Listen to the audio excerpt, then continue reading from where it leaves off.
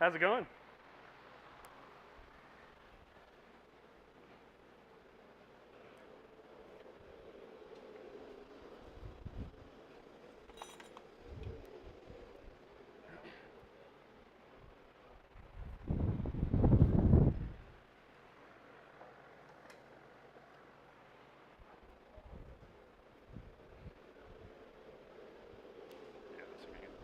All right, so got that welded up.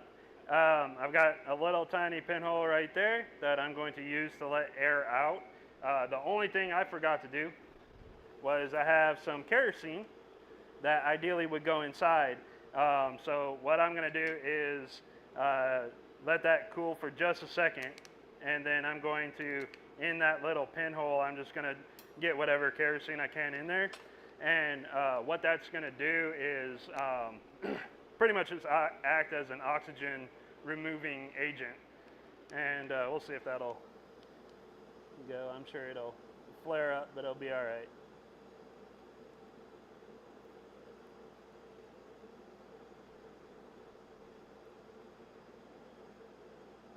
All right. You don't need a lot, like a drop or two will be more than enough. I just poured it because I wanted to make sure I got it in the hole. So now we're ready to go into the forge.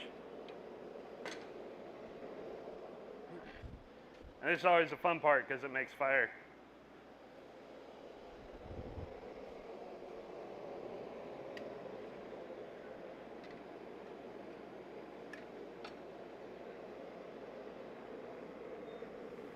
So there's that sparkler I was telling you about.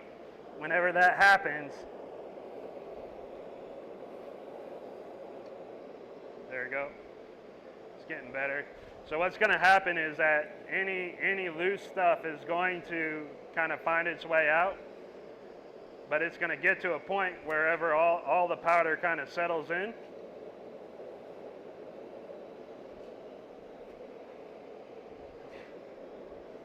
There it goes. It's getting better. So while that heats up, pretty much just kind of walk you through the process of what I'm going to be working on. So as I said before, canister is a lot easier than it's made out to be. This should only take 3 to 5 heats, and the last couple of heats are just going to be for peace of mind on my part. And then from there, what I'm going to do is once it's welded, I'm going to forge a reverse taper on the can. And that's going to allow the billet itself to fall out of the canister. So provided that I did everything right, we should have a pretty good, satisfying billet removal. But there's a first time for everything. One of the things that is very important whenever you start doing canister is your very first heat is the most important heat of all of them, because you want to actually take the can and forge it down. You'll notice I don't have a stick on the can. It's just the can itself because I want to forge it on the ends first. I want to get that compressed and then get it back hot, and then I can work the sides. And once I feel that can get solid on the inside, you'll see the canister start to bulge. That means that it didn't stick to the billet, but the billet is welded. So at that point, I might take 1 or 2 more heats just to make me feel good about it, and then I'll start forging the taper. And if the cap hasn't come off of one end, I will go ahead and cut it off, and then use the hammer to just kind of coax the billet out. So let me check on this real quick, see where we're at.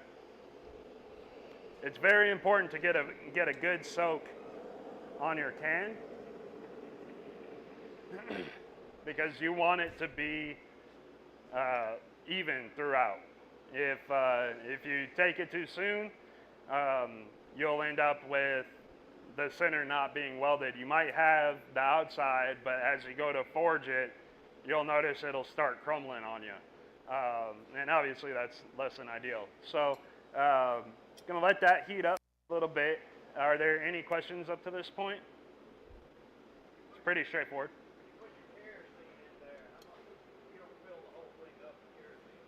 No, I don't fill it with kerosene.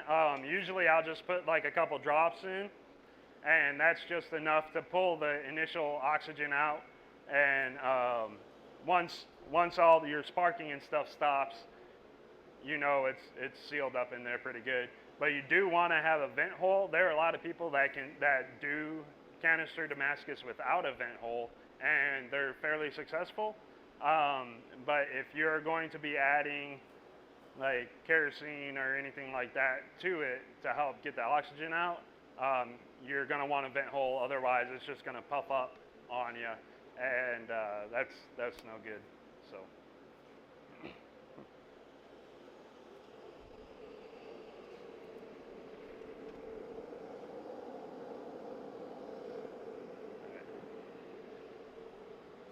So we're getting there. I'm not gonna, because I've got it in a position where all the powder is sealed up, I'm just gonna let it sit. This is one of the things, time with Damascus, it's better to be patient than in a hurry, especially on the first heats. If you can get a good, thorough soak, your weld sets are gonna go a lot better, and you'll end up with just a much better billet, whether you're doing canister or regular stacked Damascus. So we're gonna let that heat up. First, like I said, first hit's gonna be on the ends to get that compressed. And what I'm shooting for is about a 30% reduction in size, because that way the ends are gonna be forged together at that point, and the billet's gonna be about 60% forged together at that point. So when you go back in for your next heat where you tackle the sides, you'll have a much better weld set for those heats. And so ideally, 2 heats, this thing's welded. And then whatever heat you take after that is just for your own comfort to make sure that you did it right.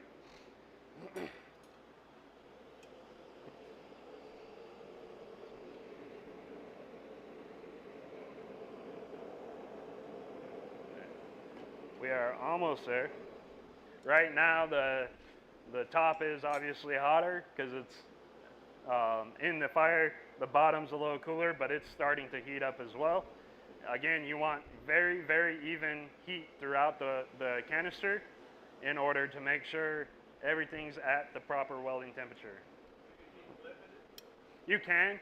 The only reason I'm not flipping this one a bunch is make sure the powder doesn't try to escape from the hole. So it takes a little bit longer to do it that way, but you keep a little bit more of the powder in there. And you get less of the sparkler action like we had at the beginning.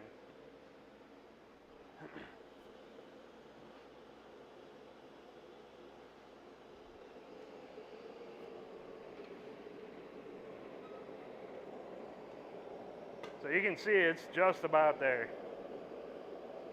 I'll move it and see if we get a whole bunch of sparks. All right, a little bit, not too bad.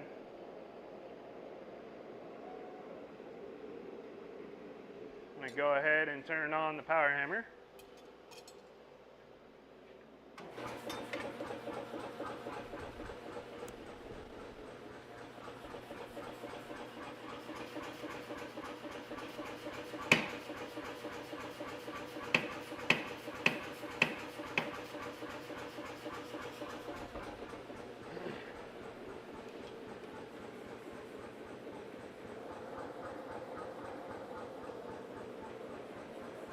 I'm going to spin it around.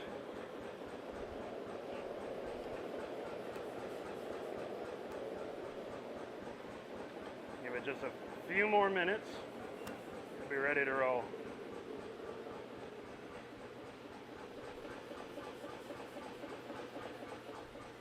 Again, all I'm looking for right now is just even color all the way throughout the billet.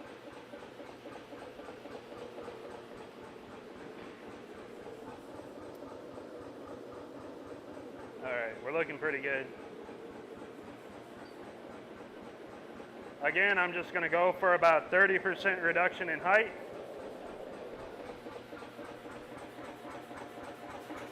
And And you don't have to hit hard.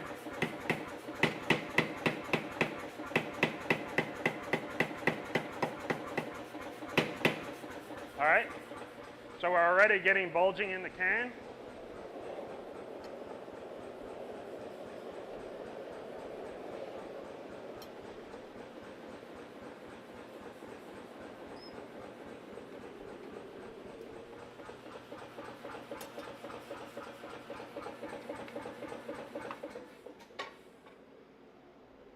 So that first heat went really well. It was very solid there at the end. I don't know if you guys could hear it. It was like thump, thump, thump, thump, thump, thump, thump, thump. You know, you get that solid hit once you know that it's welded up. And so now we've already got the can kind of mushrooming out. What we're going to do with this next heat is we're going to work our sides and work that just like any other billet. We're going to start on one, go to the next side, and kind of work back and forth. And then every once in a while, we might check it up on the ends to keep everything square.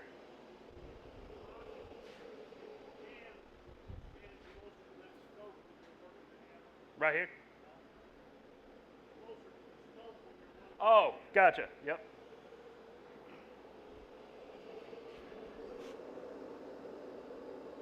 All right.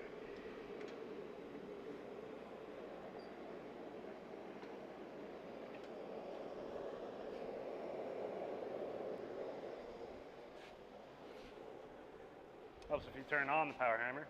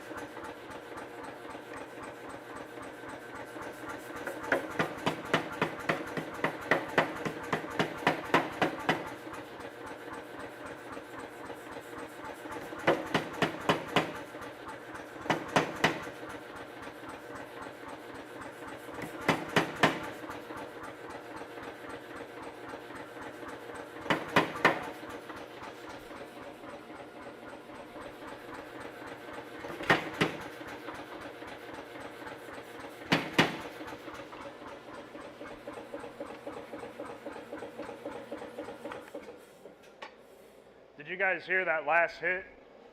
That was solid. So right now we've got, in 2 heats, we have a solid billet inside of this can, and I can watch the can kind of pucker as I work the billet. Like I said, I'm a little paranoid, so what I'm gonna do is I'm gonna take one more heat, and then we'll work on getting the canister kind of out of the way. Get our reverse taper going.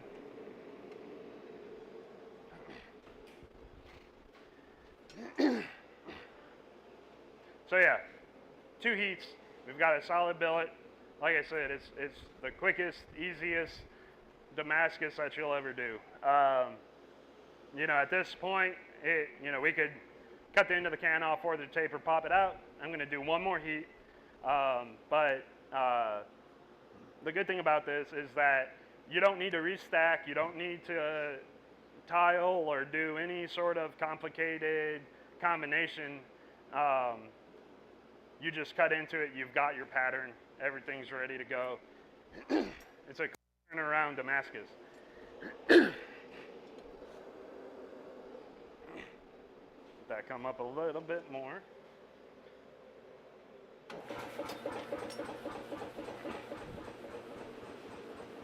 So now I'm not going to forge it on the end because I want the ends to kind of separate themselves from the billet.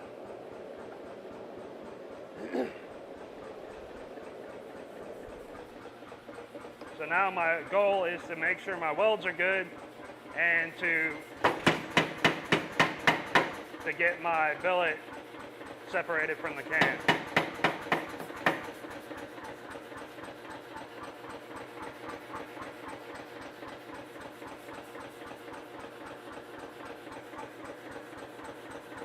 You can see it's already kind of puffed out. That's a good sign.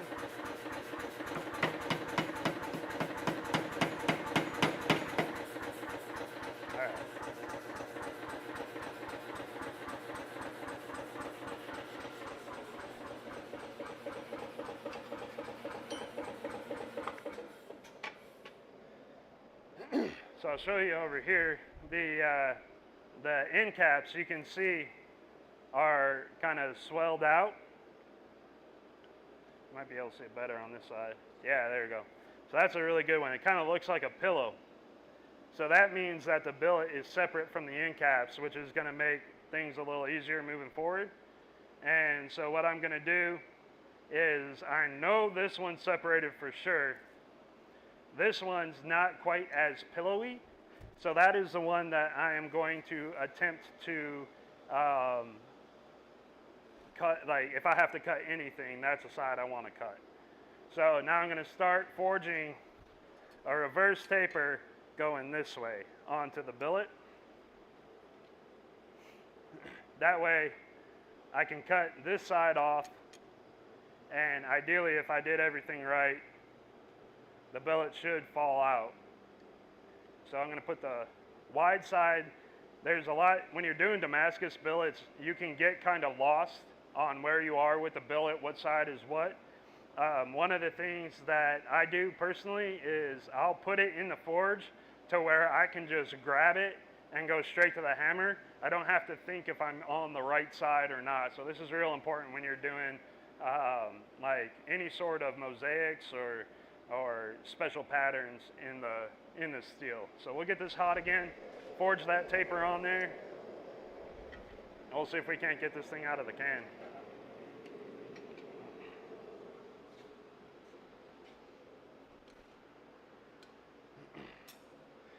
And the cool thing about Canister is you can kind of use anything in it. If you have you have somebody come to you like, hey, I want to put these pieces of metal that are some significance to me, but they may not be high carbon steel or whatever, and they want you to make a knife out of it. You can always forge the canister, draw it out, and layer it into like a sandmai billet or something like that with hardened steel at the middle, or do a hardened edge bar. But you can get all sorts of cool patterns, and if you want the light color and you're gonna do some sort of hardened edge bar, you can use mild steel. Mild steel will be shiny in the Damascus after you polish it up. The biggest thing is if you want it to be a usable edge tool, you definitely want to have some form of high carbon steel on the edge.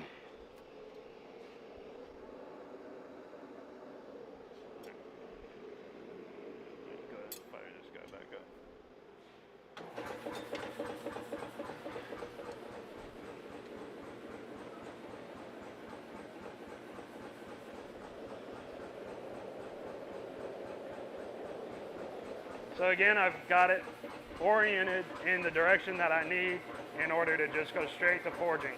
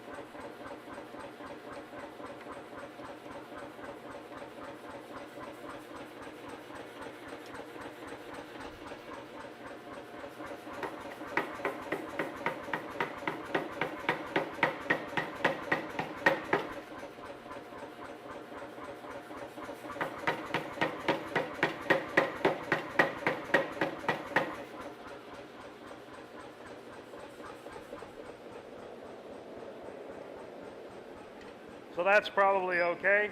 I'm going to do just one more.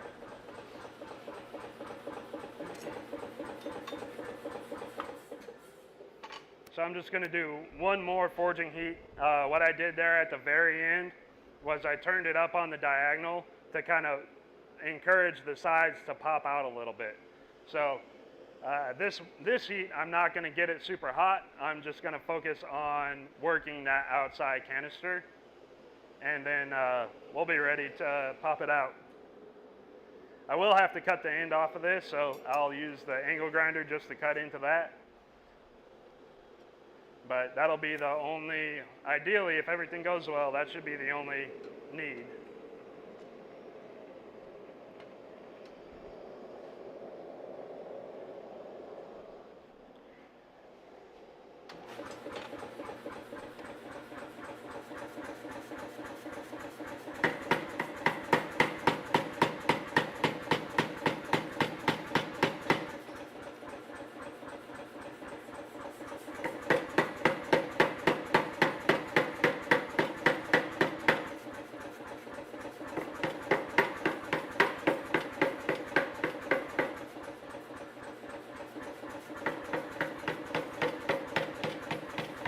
There we go. All right. I'm happy with that.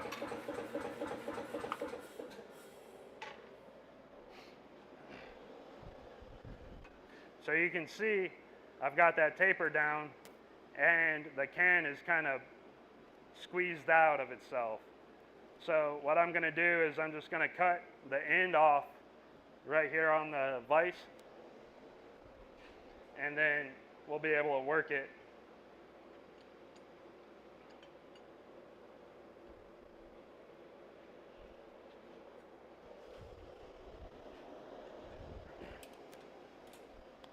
And if for whatever reason the can doesn't want to pop out after that, one of the things that always gets me is you see people like prying on this cold steel can while they're standing next to a forge. Steel moves a lot easier when it's hot. So don't fight it. There's no need.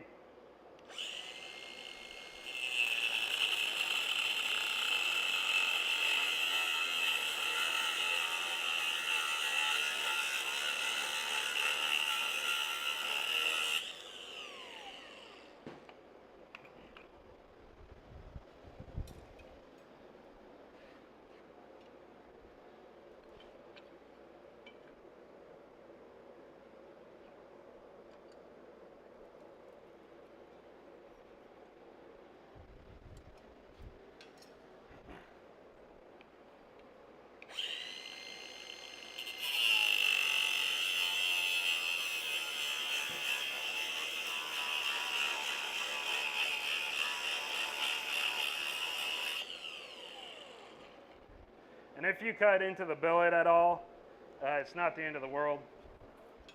You can grind it out.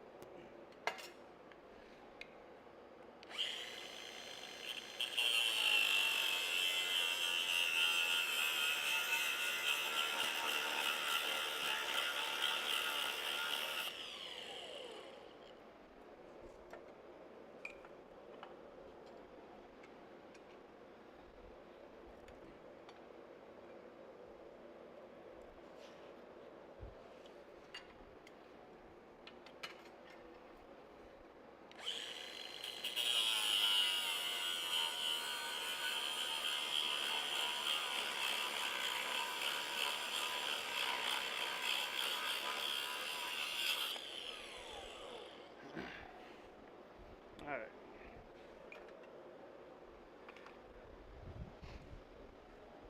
We'll see. Is it all right if I use this to pop on it?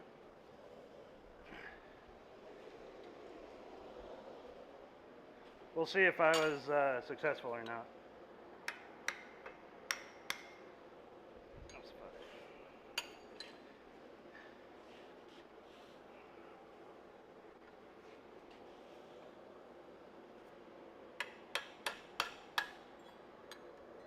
So we got a little bit on the end that looks like didn't want to stick.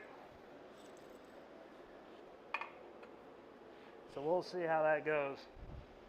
Looks like I wasn't quite great at getting the powder down in there, but we should end up with a usable billet.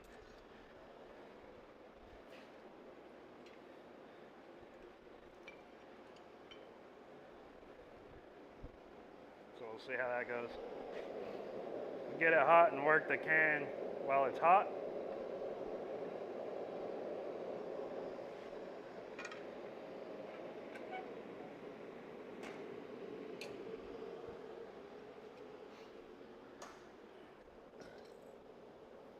So right there we did have a little bit kind of stick to the can, but it wasn't terrible. But it did pull some of the ball bearings. I'll show you over here. It did pull some of the ball bearings with it, so we'll see how well this billet will forge down. Sorry? Yeah.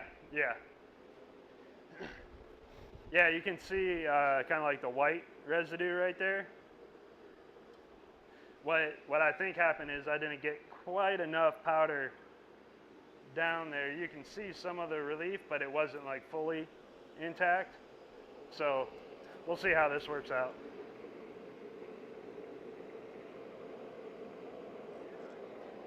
I'm actually gonna do this at a little hotter heat just to make sure I can get those whatever's left compressed.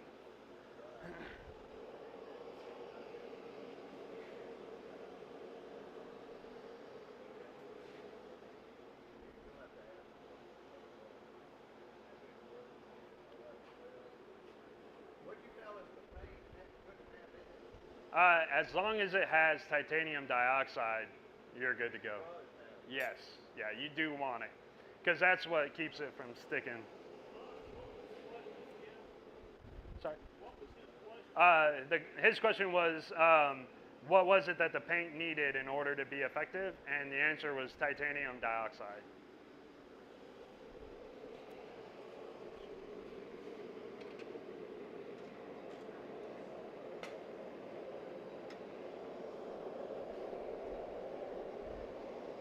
All right, so this one's not a super solid billet on the end, but we'll try to work it out of there.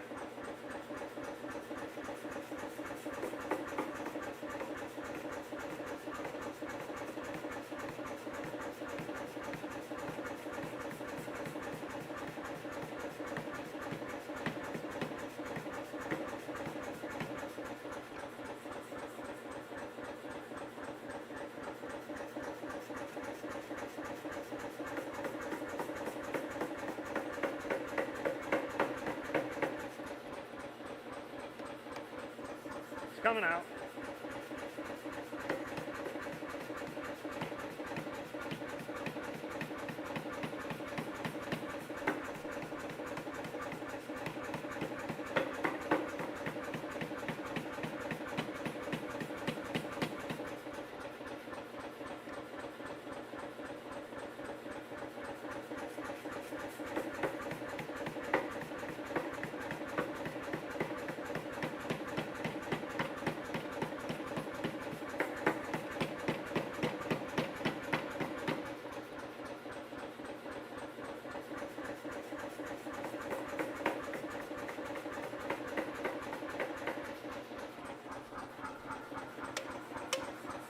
Not quite yet.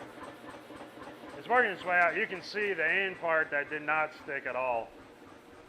That might have been from not enough soak time on that first initial heat, but past that looks pretty good. I'm just going to kind of keep working this.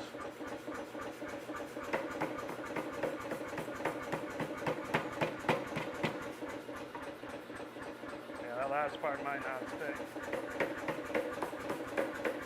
Yeah, you can see that part.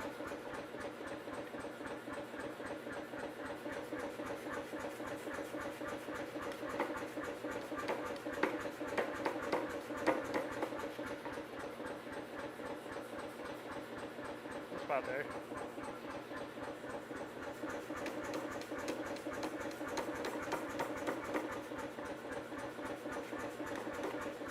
Yeah, that end part did not want to weld.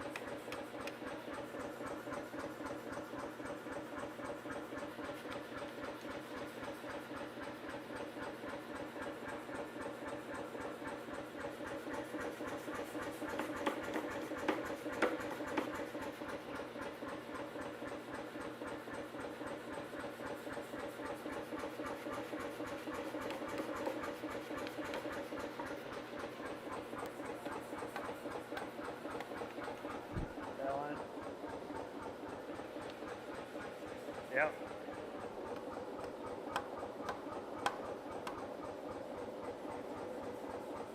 It's looser in there, but I think it's moving when I hit it. That means I might not have welded very well. So I might not have been able to get enough kerosene in there or something along those lines. We'll see what we got. I'm gonna get it up to a welding heat and just try to consolidate what I have and see if that'll do any better. But you can see we had one of the pieces. The piece itself is welded, but not great. Could probably be from not enough soak. So I'm gonna let that come up to temp one more time. We'll see if we can't save it. If not, if we've got some tubing, we can throw another one together real quick. Try again.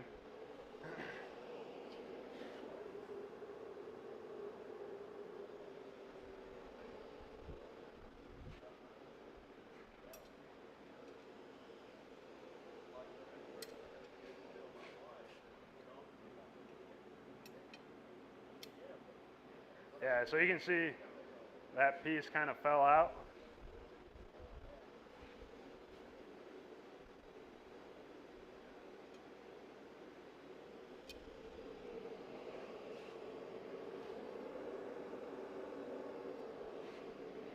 Flip this around.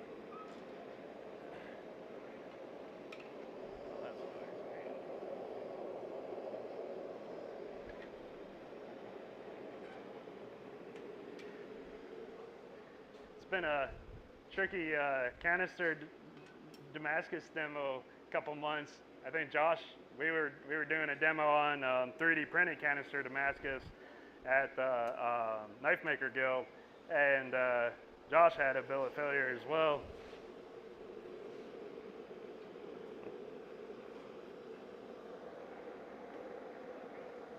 Yeah, it happens.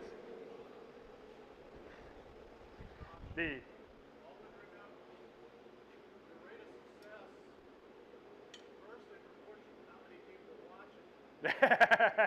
right? Yeah, well, I was like on Forge and Fire. I had been practicing doing feather Damascus, and I had done probably like 10 different billets, and every single Damascus billet I put together, not one of them stuck. So I essentially I made one feather billet that wound up coming apart as I was splitting it, and then the backup one was just going to be like a random pattern, and I just got in a rush, didn't let it heat soak, and it came apart while I was drawing it out, and so I wound up just throwing a piece of 80 CRV2 in and making my sword with that.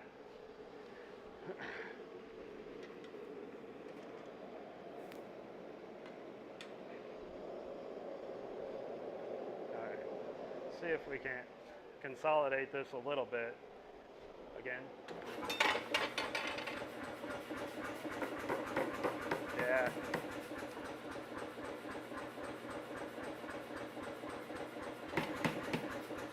Yeah, this one might be a loss.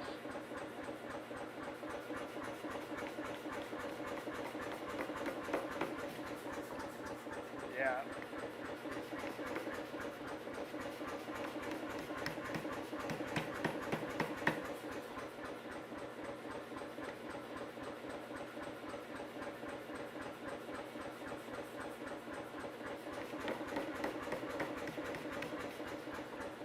Yep.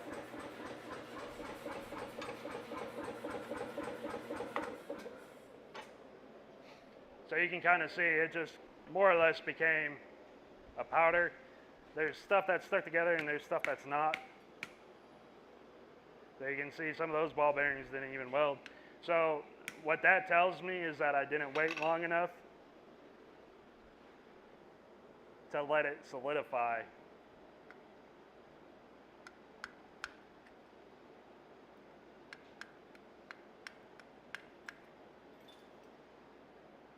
But the good thing is it didn't stick to the can. I'll take what I can get. But yeah, if we have any square tubing, we can cut one real quick and buzz it up and try again.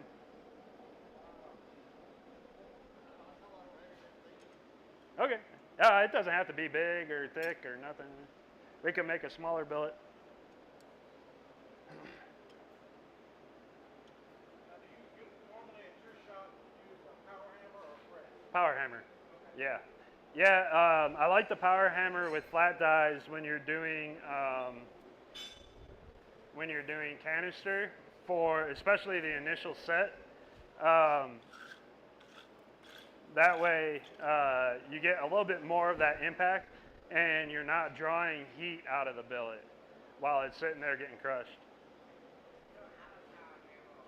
If you don't have a power hammer, make a really small can. Could I have one of those? Do you mind? Thanks. Oh, okay. Here you go. Thanks.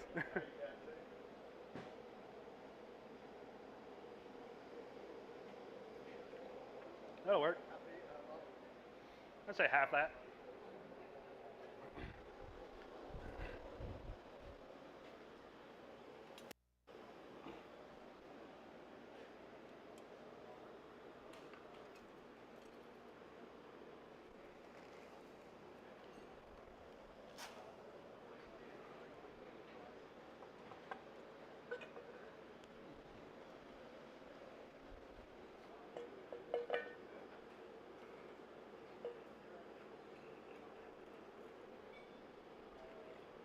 Clean this up a little bit.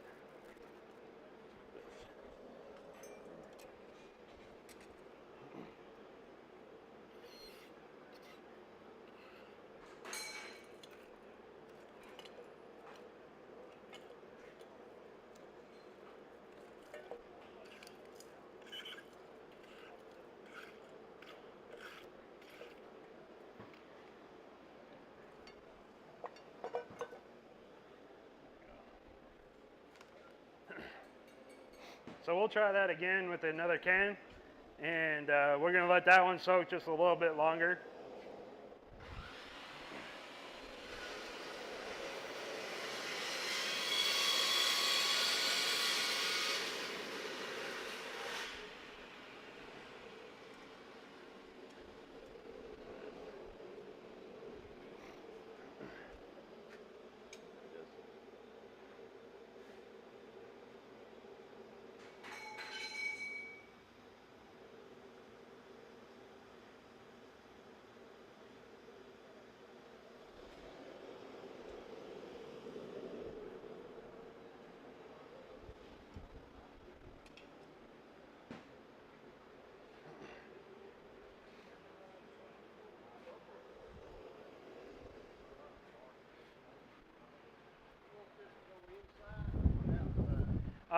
It can go either.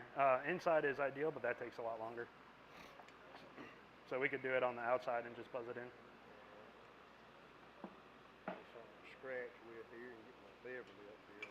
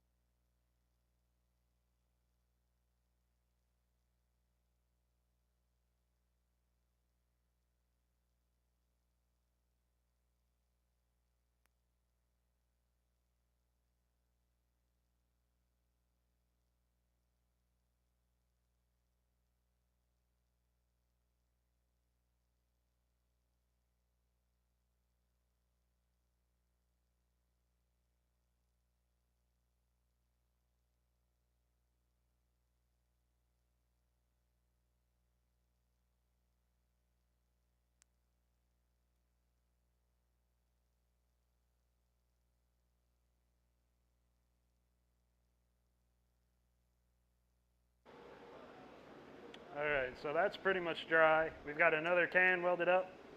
I'm gonna let it cool down so that I can handle it. And then we're gonna try it one more time. This time, we're not gonna forget the kerosene.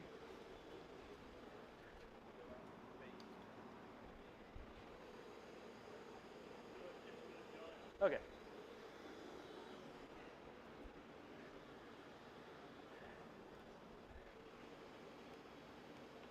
Make sure I pick up the right one.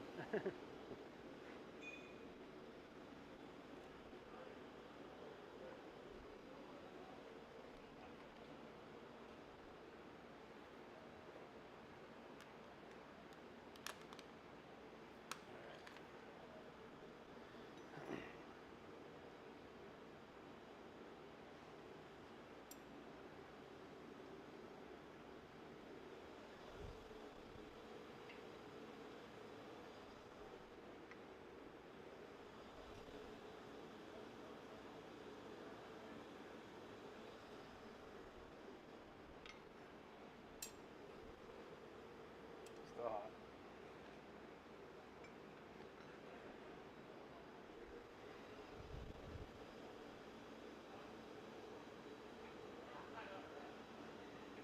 He's like a boat.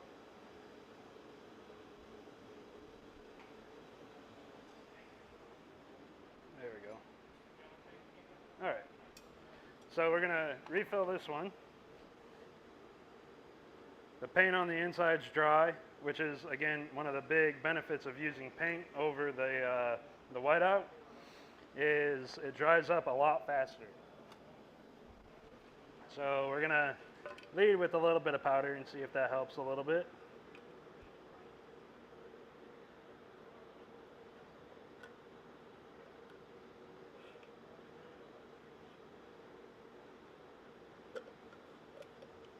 Nope.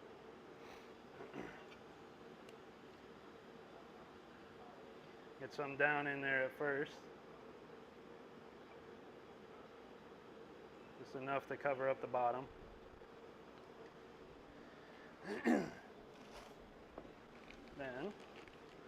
put our ball bearings in.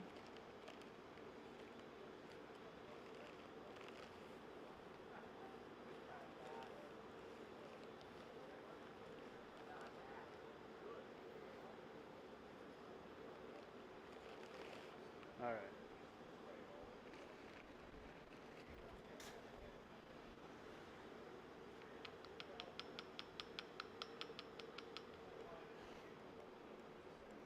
Start adding in our powder.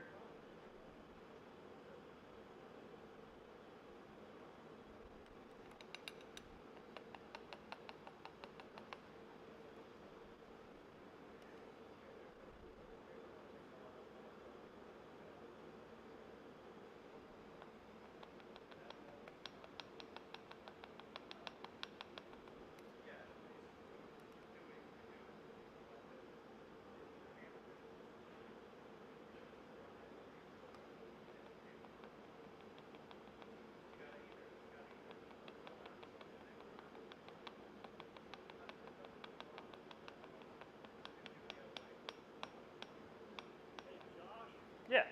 That is a label on your powder can. Can you rotate it around? Absolutely. Well, we can't read it. It is, I got it from Jant's. It's 1080 powder with 2% nickel. Again, this kind of gives you a sparkly silver appearance. Your 4% nickel will give you more of a solid shiny.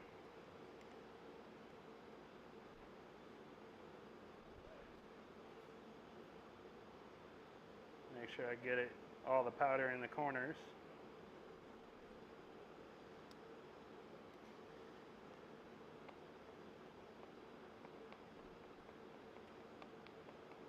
All right, that's looking pretty good. Go ahead and vibrate that down.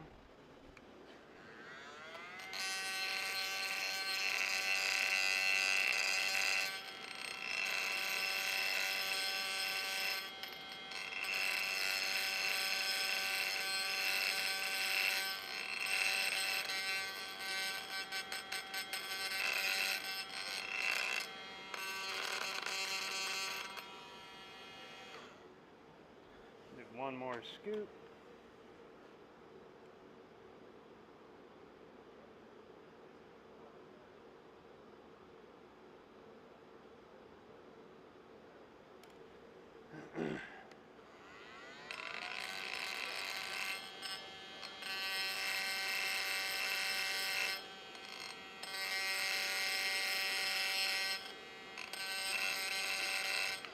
All right, so that's filled.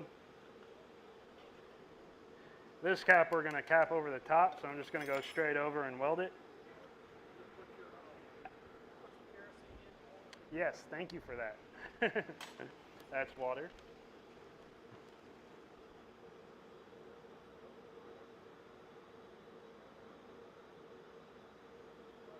So let that kind of absorb in.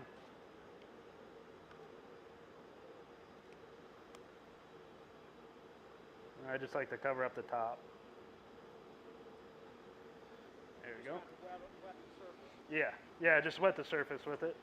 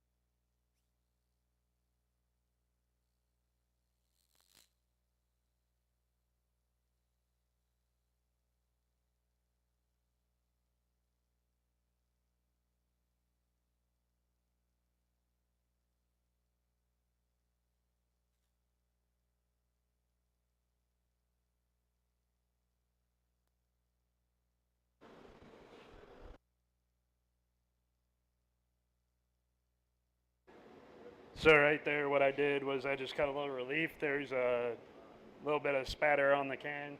Yeah, I didn't want to grind on the can and send my powder everywhere, so I just cut a little relief in the lid there.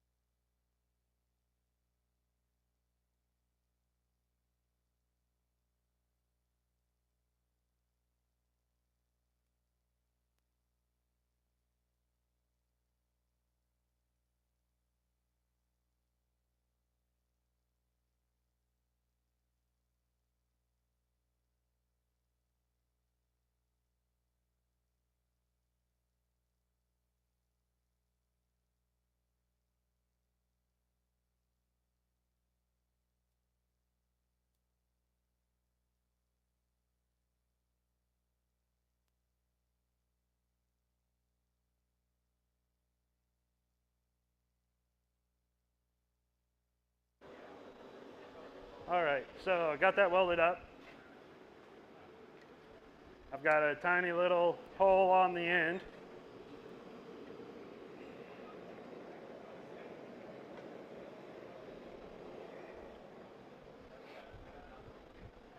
And we'll go ahead and put it in there. Again, we're going to start on the ends, but I'm going to let it soak a little bit longer.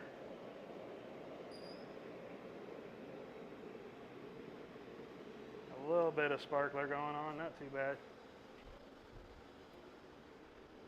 All right, so we're gonna let that soak a bit longer than we did last time, and try to get a better hit. Having the kerosene in there is also going to help a lot better. I don't think I was able to get much at all in there this last run, so we'll see how it goes. They say third time's a charm, but hopefully I can nail it on the second. Yeah, we'll call it the third one.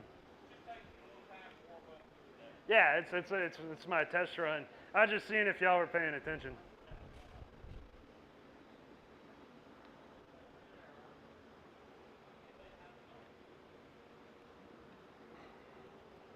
The good thing is, whenever you're doing a whole bunch of forge welding, doing it in nice weather like this is definitely the ideal for sure. Mm-hmm. You save on propane.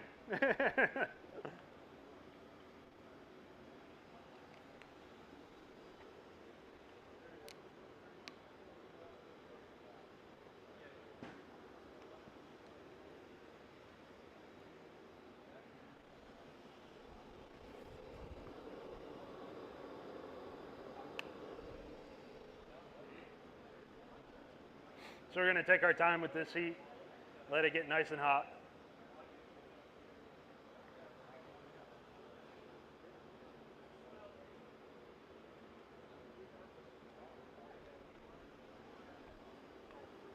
The good thing is that putting the can together almost takes longer than welding it, as long as you do it right.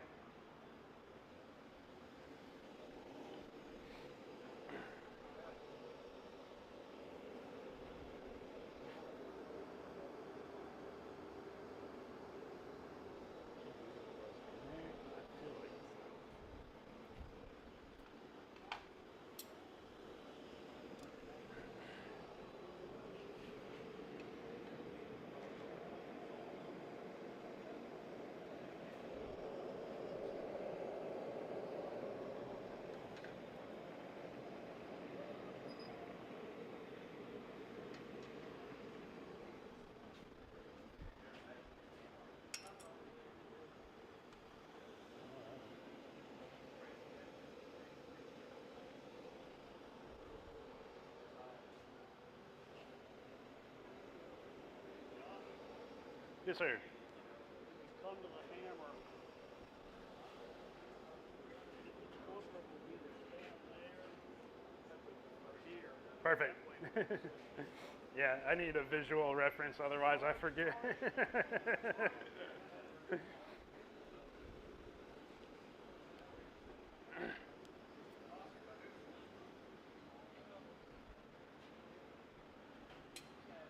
When you're on the show, they have everything on the floor taped, and you just walk to the tape and you do whatever you're going to do on the tape.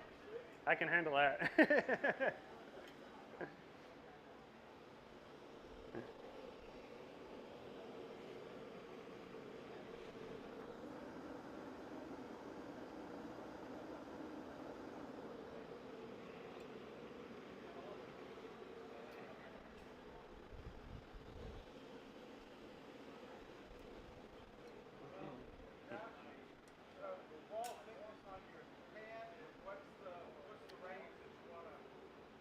Fairly thin is ideal. Like a lot of the stuff I use is about 16 gauge or less. You can use thicker. I've done it with angle iron, and I've welded 2 angle iron together to make a square.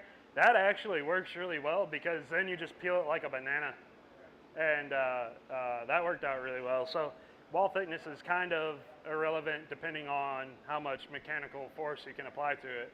But the thinner the wall, the easier it's going to be to work in general, and more more of your force is going to go into your contents versus your can.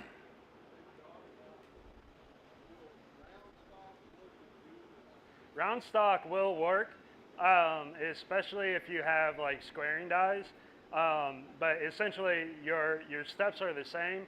You start off on the ends and get the ends compressed as much as you can, and then start working the sides, and then you make it a square container as you go. And if it's seam welded, that's actually okay as well, because then it can split right there too and give you another way to get the can off. Yeah, a piece of pipe or round tubing. Again, the thinner wall, the better. That way, all of your force you're putting into it is going into your contents as opposed to the moving the can around.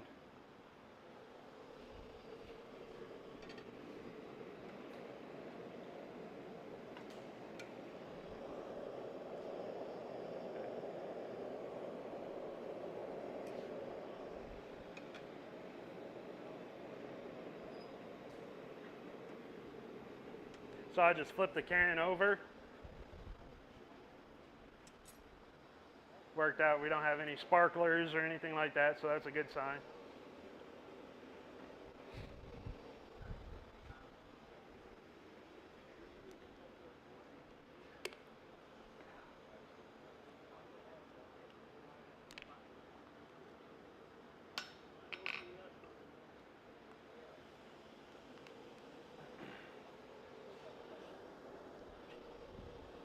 I'll probably flip it once or twice.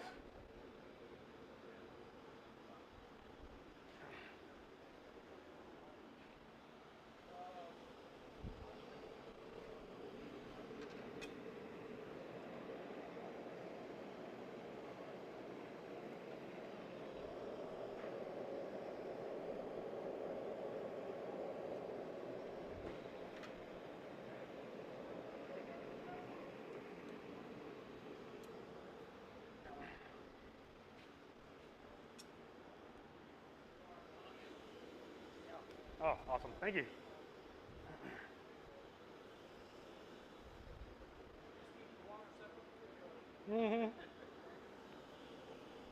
Well, if I keep messing up billets, I'll run out of kerosene faster than the water.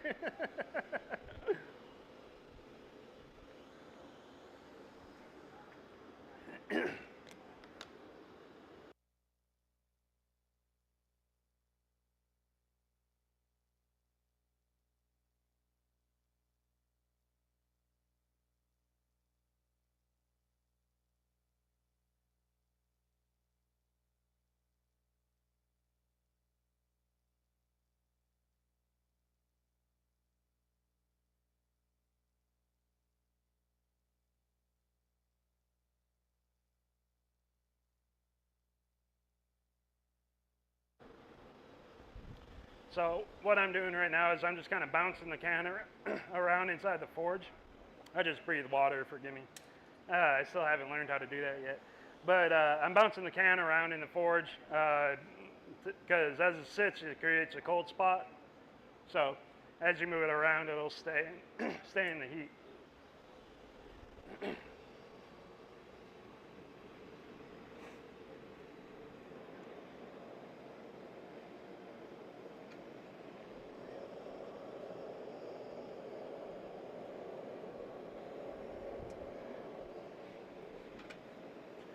All right, so we are starting to get there, starting to get a very even color throughout the billet. We'll let that soak for a couple more minutes and give it a shot. You said you're turning the can from the forge. Just around the vertical axis or actually tumbling it? So I was, when I say moving the can around, I was bouncing it from spot to spot, and then do a flip, a 180 flip, and then do the same thing, just to help it minimize cold spots.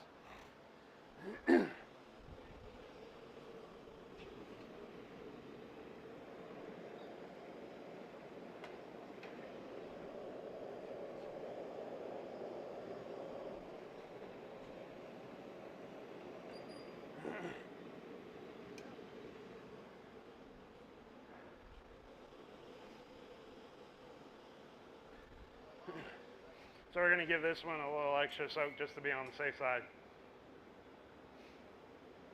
As much as I like standing in front of the fire, there's a limit for everything.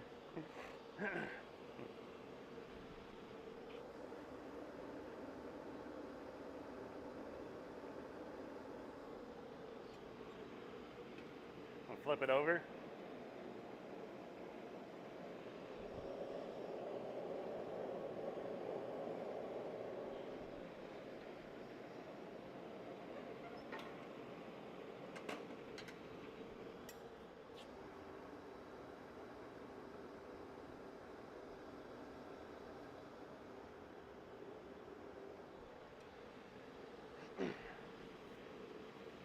All right, we're almost there. I'm gonna probably start forging on it.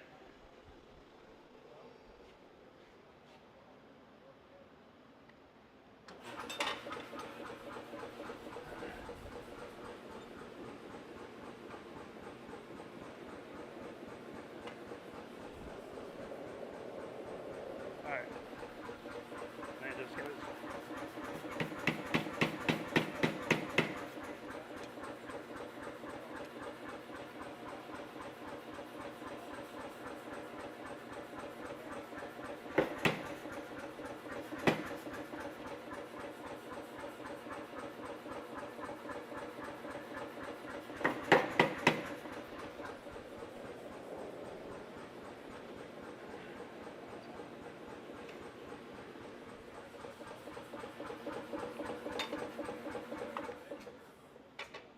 So on that heat, what I did was I started vertically like I did last time.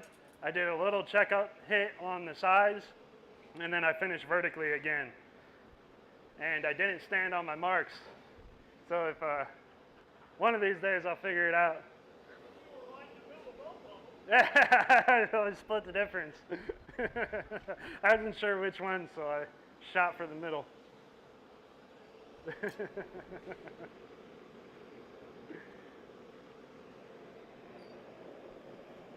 I drove the producers nuts on the show too.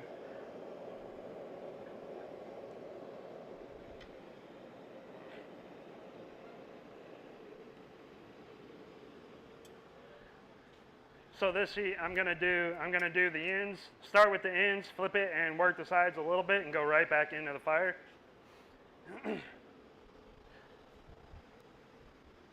That way, we're just kind of like double checking our last heat.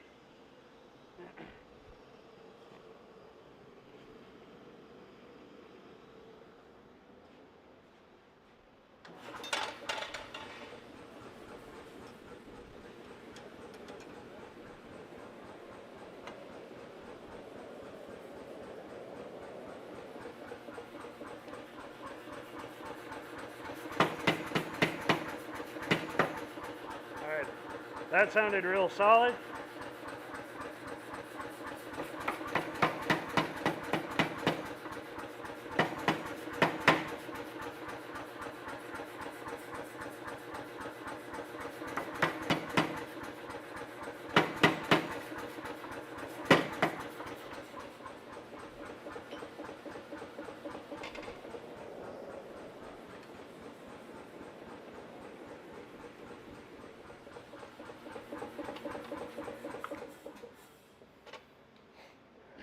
So those heats sounded real solid. I'm going to now just focus primarily on the sides. I'll check up on the ends every once in a while, but we'll do a couple more heats just to be on the safe side. Again, we're just going to let it soak, get nice and hot.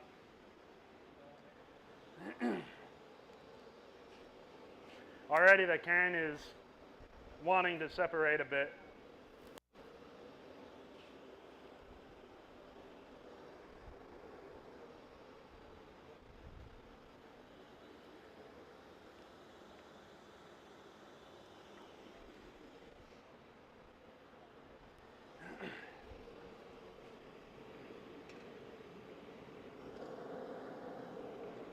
Turn it around.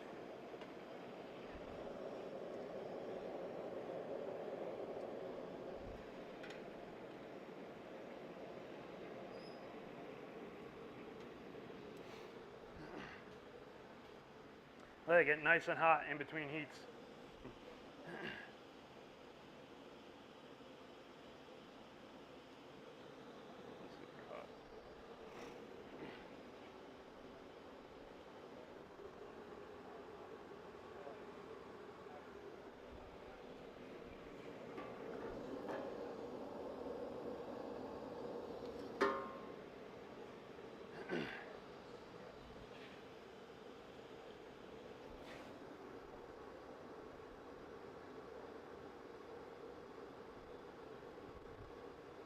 All right.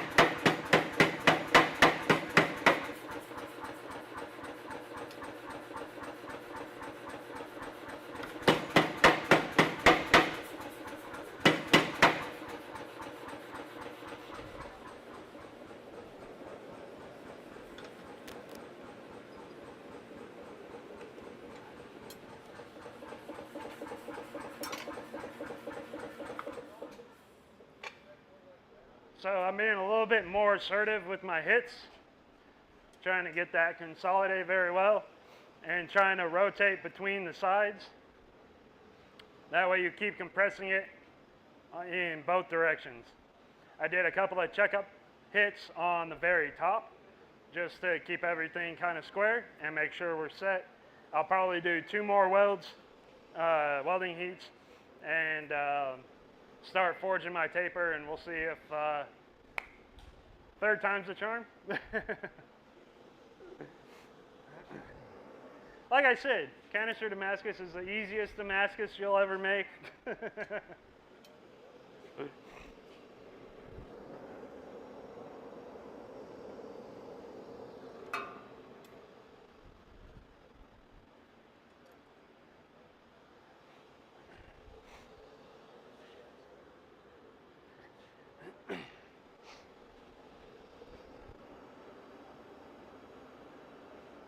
One of the kind of giveaways, if you are welded really well, you'll see the can turn black where it's not touching the billet, but where you squish it together, the billet will heat the can back up.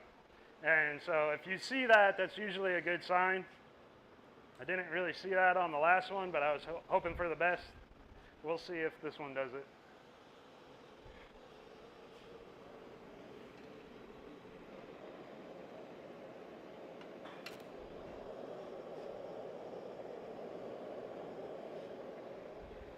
The good news is the ends are all kind of pillowed out, which means it's not stuck currently. That's a good thing. It can stick itself if you work it too much. So if you move that titanium dioxide coating away from the wall by over forging, you'll open up a spot of plain steel that can weld itself to the billet.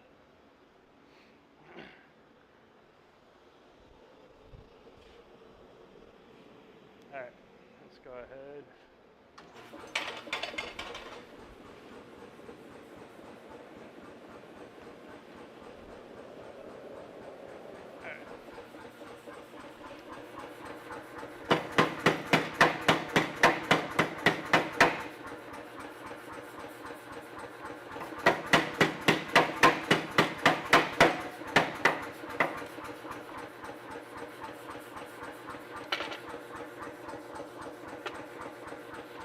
So we've got a little bit of that right now. You can see the center where it's pooched out is red, but so we've got a red center, and then we've got the dark outside that's not touching. That's a good sign. I'm going to do one more welding heat just to be on the safe side.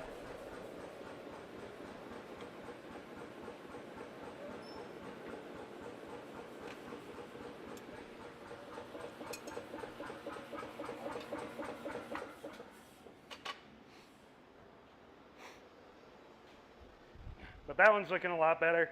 Like I said, I'm going to do one more welding heat. I'm going to start on the ends just to make sure those are good, and then I'm going to go to the sides, and I'm going to be fairly aggressive on all three, just to make sure everything's solid this time.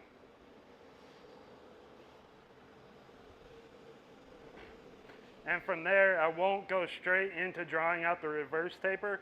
I'll put it back in the forge and do the reverse taper on a new heat.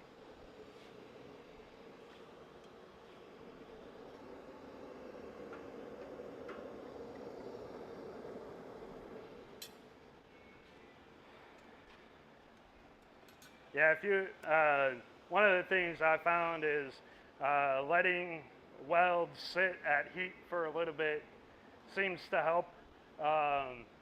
If you move real fast and you go straight into the forging process and it doesn't have time to kind of heat soak, I found they like to, every once in a while you'll get like the very ends start to peel away. Unless of course you have a 500-pound Chambersburg and then you take a 17-pound billet and just forge it into a bar in one heat.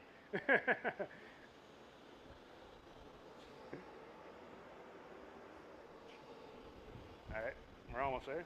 Gonna move it.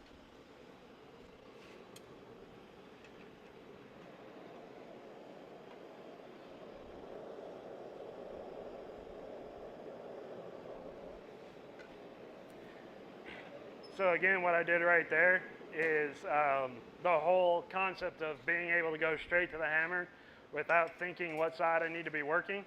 I stood the billet up on end because my first hits are going to be right on the end. Make sure we're packed in nice and tight, and then I'm going to flip over, work the sides, back in the fire, draw our taper, and hopefully get a solid billet out of this can.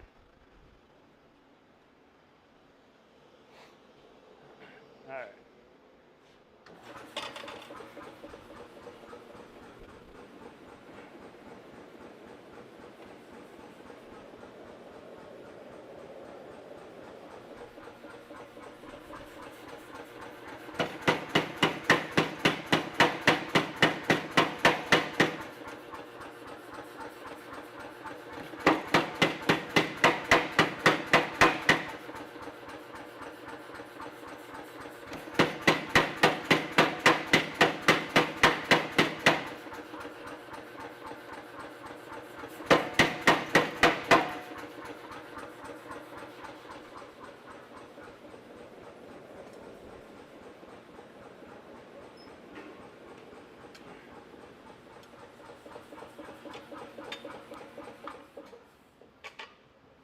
So one of the things I noticed right when I pulled it out and I popped it on the bottom die, there is a little bit of sparkler action. So I'm going to do one more welding heat, again focusing on the ends to get all that, whatever loose is in there, get that packed down. And just to be on the safe side, if you see the powder coming out, more likely than not, there's something in there that's not welded. So I'm going to do a little bit of due diligence and try to get that in on this next heat. So.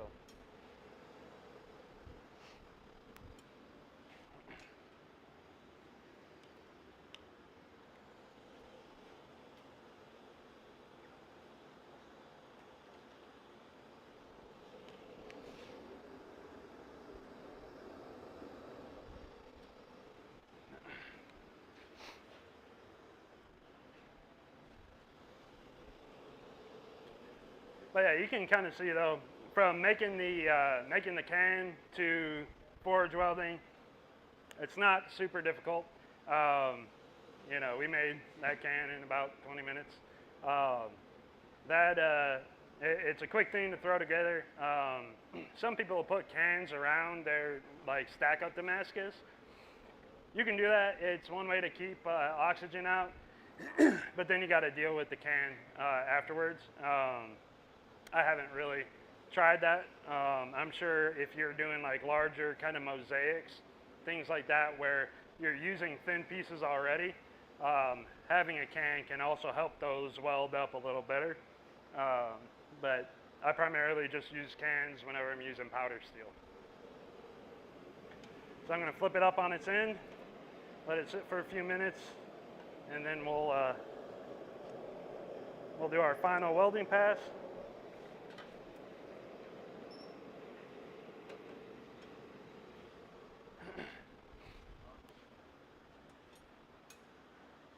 I'm going to switch over to these, let it spin a little bit better so I can get the different sides. These are some tongs that I made to handle kind of like larger material, and they've got kind of like a V-groove on them. They do really well. They hold on to stuff very well, but they don't let it like spin. So if you're trying to get to the other side, you kind of have to finagle it a little bit. With these, they've got the single point of contact, so you can sit there and spin the thing around. Yeah. So these are really good whenever you really got to hang on to something because they're not going to let it move. These are good if you need to be able to flip it around to the other side pretty quick. So doing canister, once you've got it set and you need to work the sides, these will let you work them a little bit quicker. They're a little trickier to use though.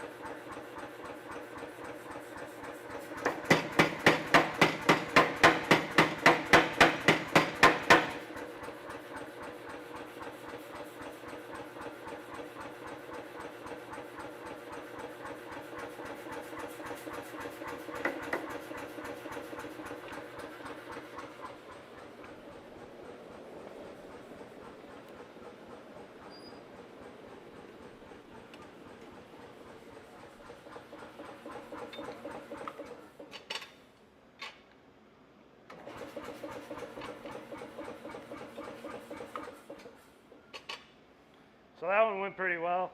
I figured out halfway through I was in the wrong spot, so I moved. Eventually I'll learn. By the time we're done with the forging part of this, I'll have it figured out. But that went real well. The end hits were nice and solid. Flipped it to the sides. Got those forged down pretty firmly. And then what I did in my last hit, I just went and I popped the part that was bulged on one side. I just popped it a little bit to bulge out the other side.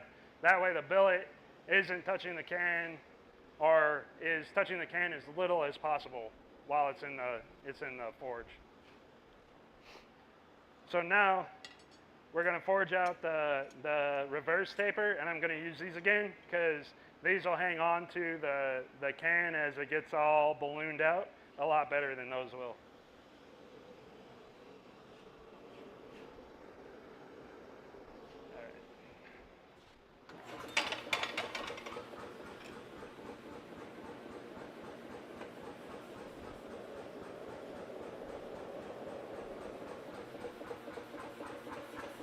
And so I've got some weld cracking on one end. That's a good thing. I'm going to use that as my wide end, and then I'm going to forge the taper on the side that's sticking.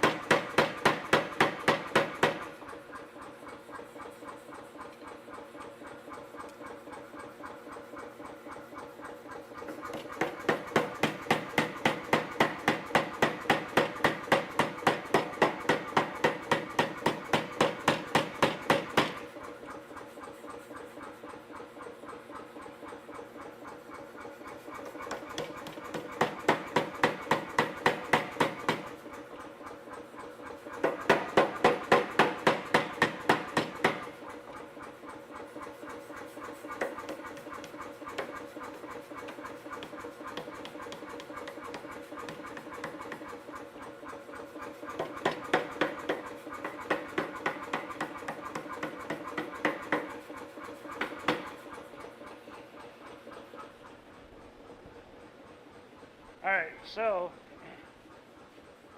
we can see we've got a reverse taper on there.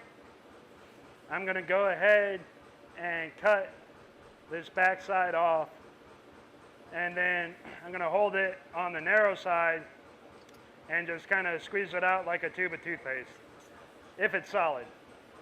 If it's not solid, we may have trouble. Set that there. Ah, I got it, thanks. There we go.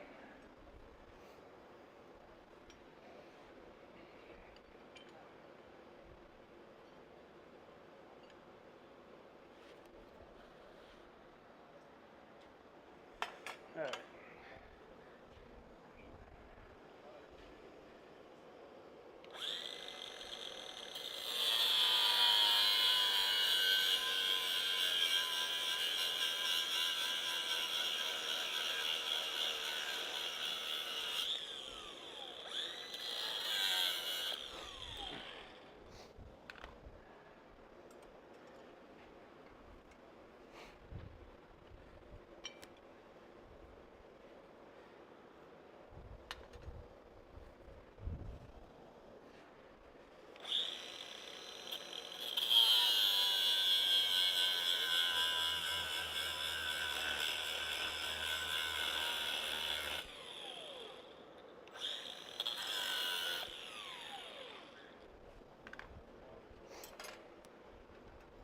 Every once in a while you get lucky and your welds are bad enough to where the whole cap just kind of separates by itself and you just peel it off. That's what I was hoping was going to happen with this one, because we've got a little bit of a crack on there, but not quite.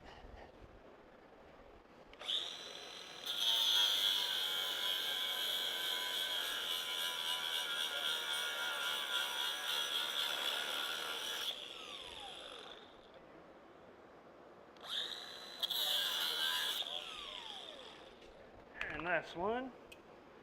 Hopefully this one's a little better than the last. We'll find out shortly.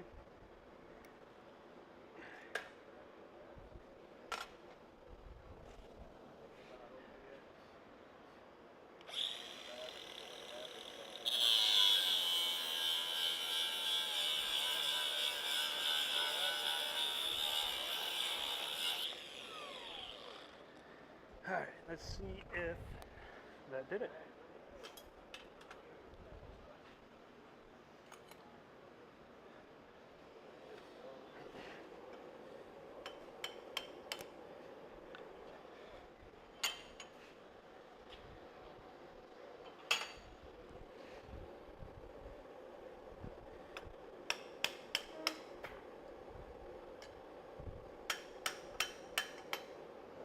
Looks like I'm still connected somewhere.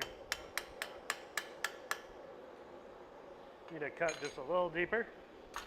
I can see the billet inside from one side, and it looks like it might be okay. Every once in a while, a blind squirrel finds a nut.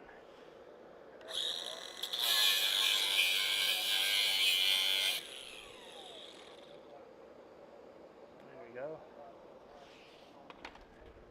So right now I'm just seeing the glow, the red glow of the inside of the billet. And then wherever I didn't cut all the way through, it's still gray.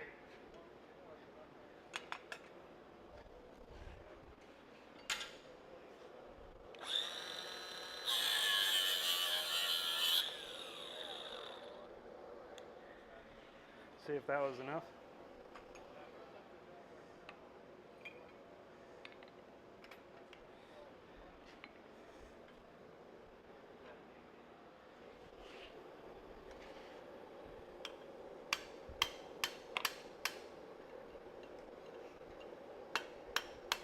So it looks like it's pinched on the end, so I can work that out with the hammer. So I'll go ahead and get it warm so it moves a little easier. But as I hit it, it was actually pulling the billet out of the can, so that's a good sign.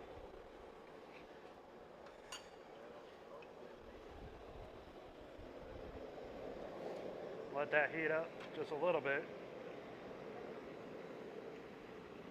because at this point we're not forging it. We just want to get out of the cane. And so if you use a little bit of heat, it helps out a lot.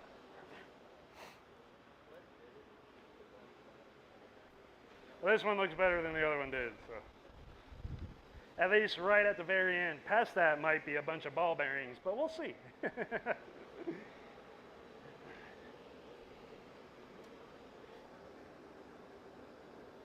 Can looks like it's bulged out really well, so we shouldn't have an issue getting it out.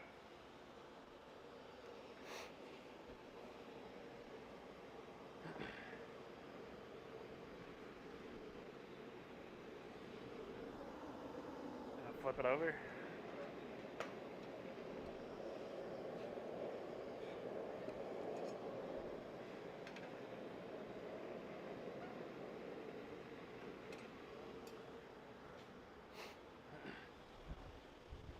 So what I'm going to do is I'm just going to chase a taper like I did on the last one. And I'm actually going to try to hang on to the end that I cut, and that'll let it come out a little bit easier.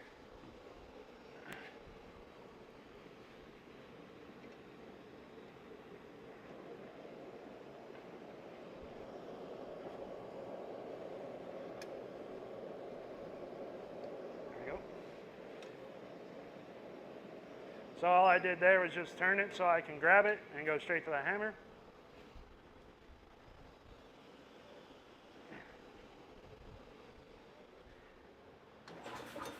And since this isn't a welding heat, I don't have to get it too hard or too hot, but I can't hit it too hard. 52-100 doesn't like to be cold worked very well.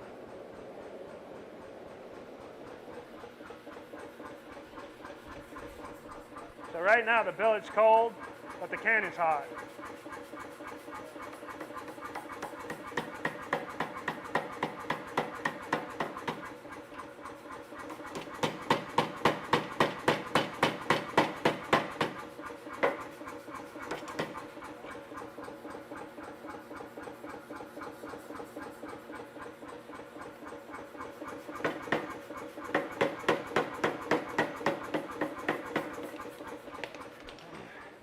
So you can hear it.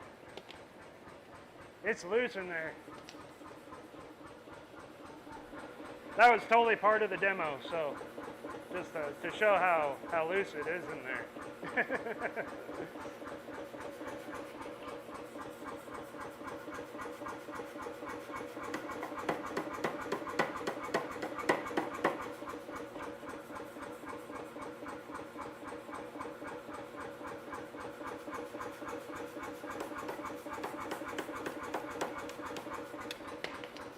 Almost, not quite.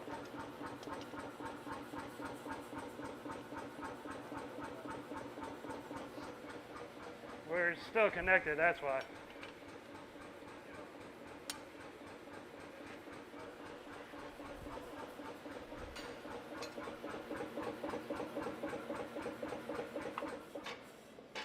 I like to think I'm a better blacksmith than an angle grinderer. I think that's a technical term.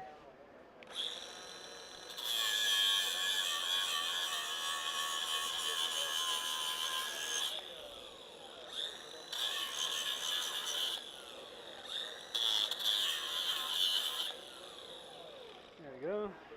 Now I can see the billet glowing in between the crack, whereas before I was just seeing darkness because the can itself had cooled off. And there's another one. Yeah, okay. Helps if you cut all the way through the first time.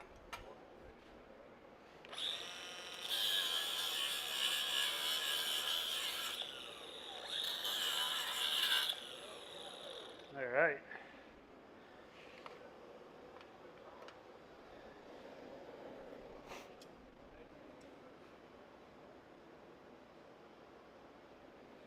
Okay, there's a cap. The lid just pulled off.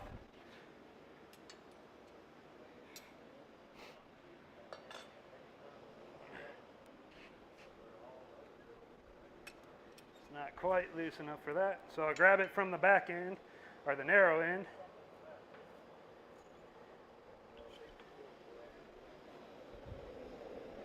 Actually, we might be able to just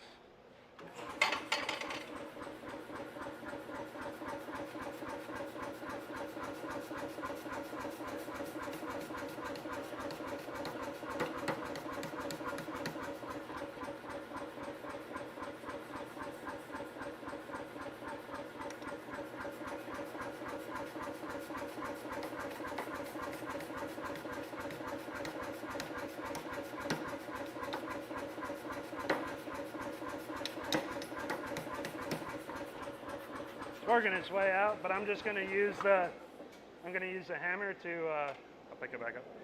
I'm going to use the hammer to just kind of squeeze it out like a toothpaste tube.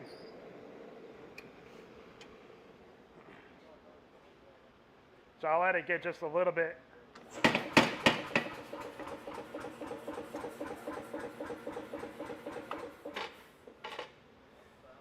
I'll let it get just a little bit hot, just enough to forge it just a bit. I think we've got a couple of little areas that might be a little proud, which is keeping it where it needs to be. But I can feel it moving around in there, so we're getting close.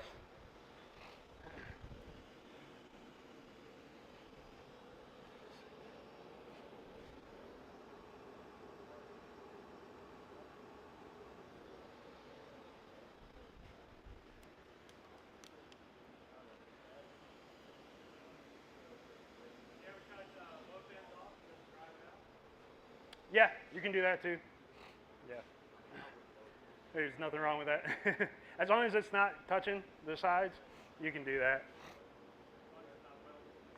Mm-hmm. If you use a kind of like toothpaste technique, you might be able to shear whatever is kind of like tacked in there. But yeah, there's nothing wrong with doing that.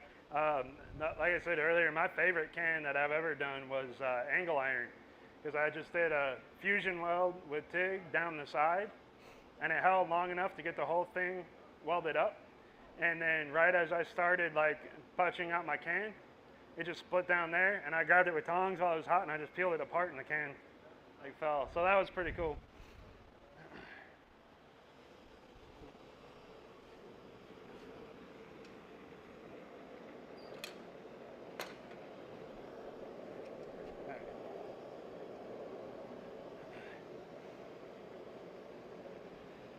That should be all right.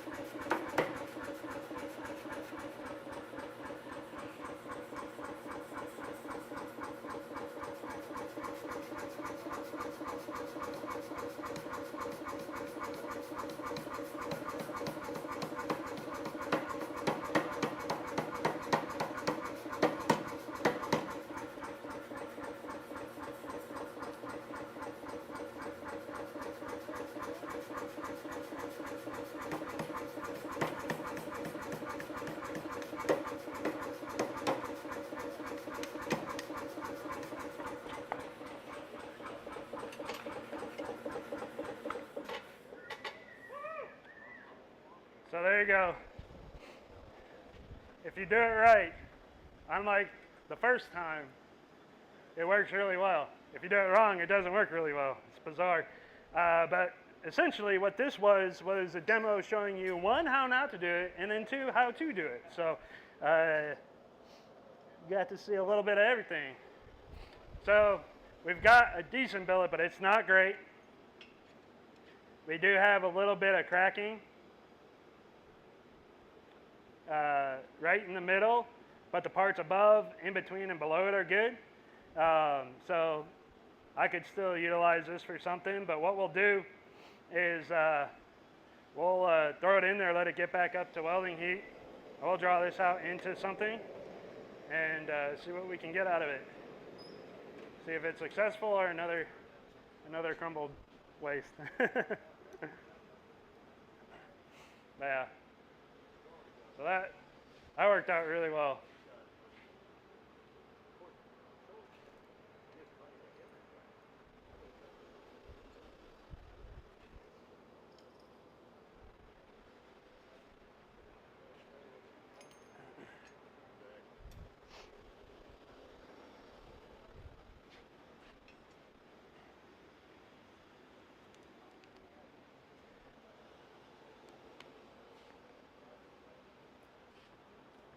So where those kind of separations are in the billet, I'm going to start by forging the top down, see if I can't get anything to stick in there.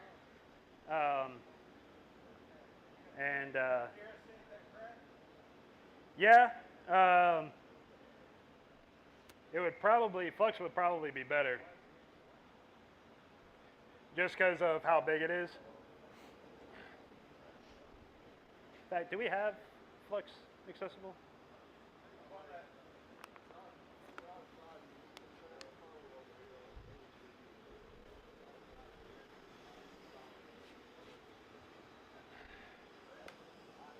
I'll go ahead and flex it just to be on the safe side.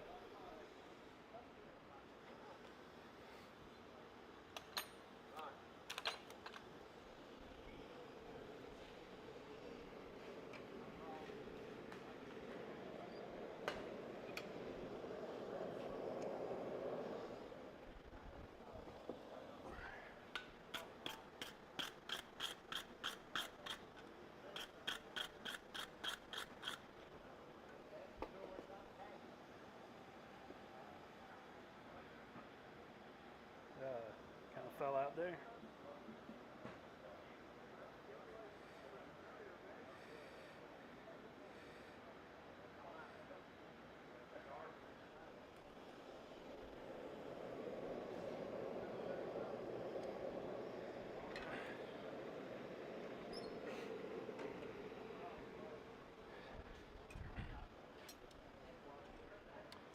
So one of the things that I learned, I took a Viking spear forging class taught by Emiliano Carrillo. We did a wrought iron core with a wrought iron socket that was forge welded together, and then we did like a opposing twist bars on the outside of the core, and then we did a 500 layer edge wrap that started from one end, went all the way to the other. And it was about July in Tennessee, so it was almost as nice as it is here today. And it was a week-long class, but I was amazed by what I saw him weld.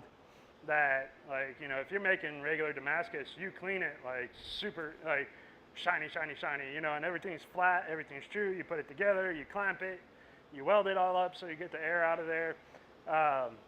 For our edge bar, when we welded that on, we had it's kind of like a rounded spear tip, and we tacked it right here, and we just had this bar sticking off this way. And we welded it all the way around and back. And one of the things that I didn't realize was that there's a way to use flux more than just putting it on there and hoping for the best. There's a cleaning flux where you put it on there, put it in the forge, let it get hot, brush everything off, and then you reflex it. And that first one just knocks off all the scale and all the impurities that don't want to weld. That second one protects the steel once you've got it clean. And so you would pull it out, brush it, flex it, put it in the forge, let it get hot, pull it out, brush it, one more time, flex it, put it back in, and then you would start your welding heat. And we took this bar that was just floating out in space, getting decarb and all sorts of stuff on it. We cleaned it, flexed it, and it just welded right up. I mean, like, he did his in one heat. It took me two. But it was amazing to see what you can do if you do it properly. So now that I went down that rabbit hole, just like I did earlier, this won't work. But at least now you know. So I'm going to do the same thing. I'm just going to brush it to get it clean. And then I'll reflex it.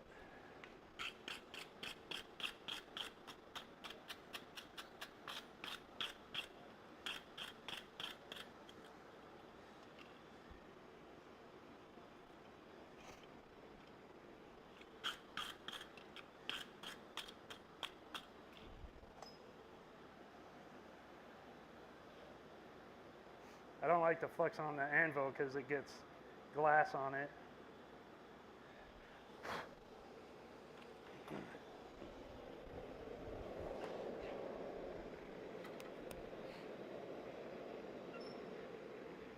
So hopefully that'll let those little cracks close up,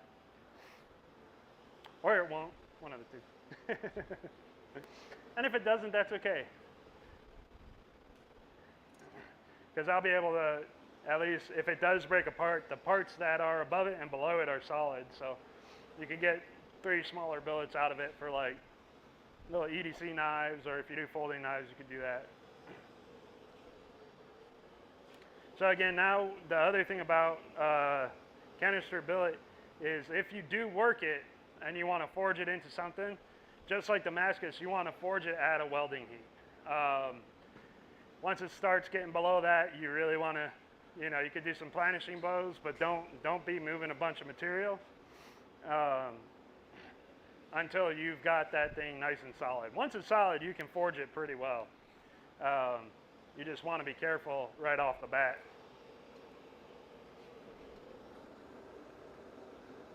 I'll flip this over, let it sit for a minute.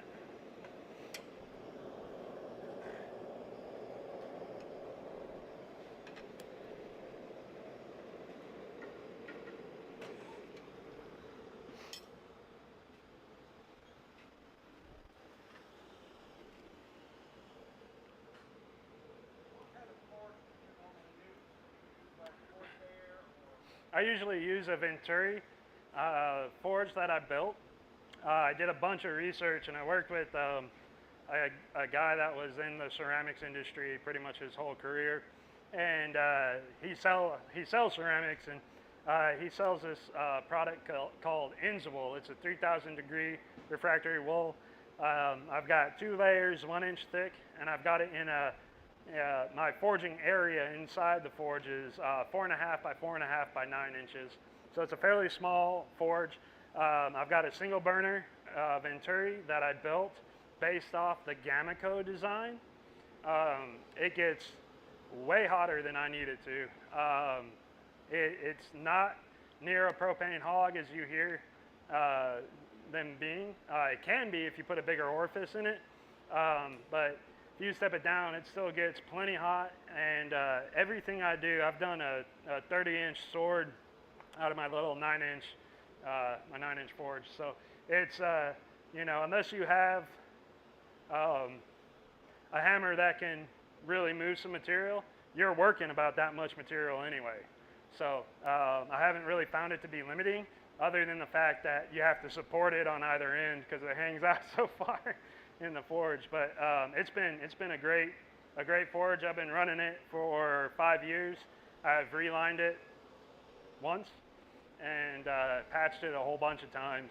But it's super efficient, gets up to heat real fast, and yeah, it has no issues forge welding.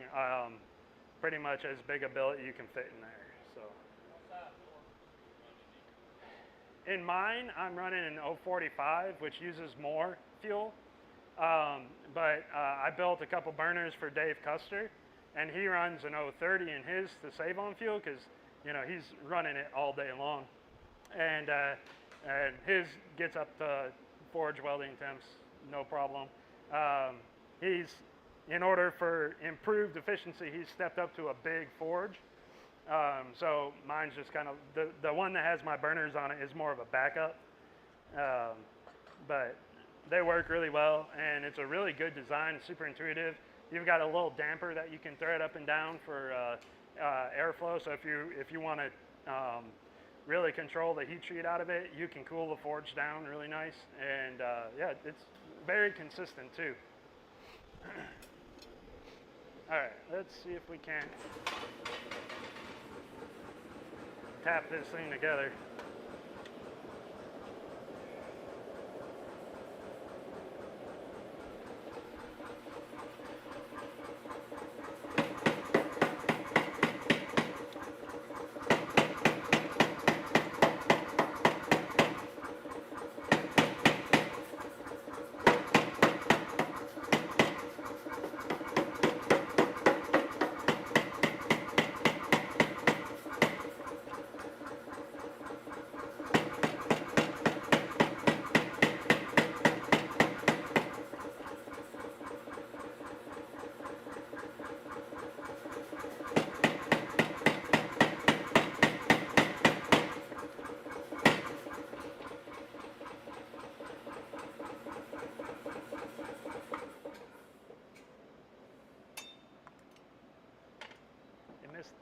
All right, so show you on the screen here. With that, it appears to have welded those cracks up. That side looks super solid. I'm gonna brush it. I can still see a little bit of a shadow of a crack on that side.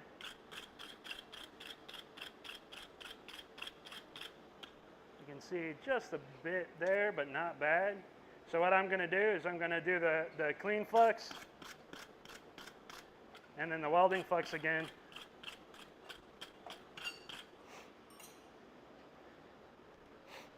And we'll start trying to draw it out.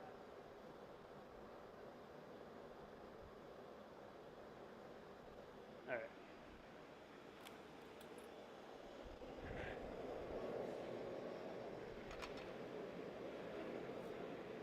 So that actually went a little better than I thought it would.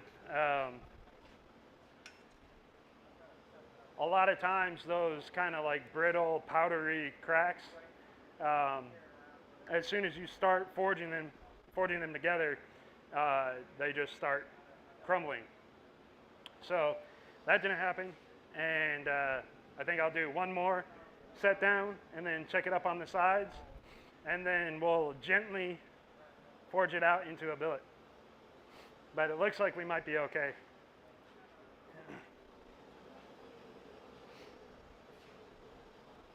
So I'm gonna go ahead and check on that. If it's like red or just above red, that's a good time to brush it.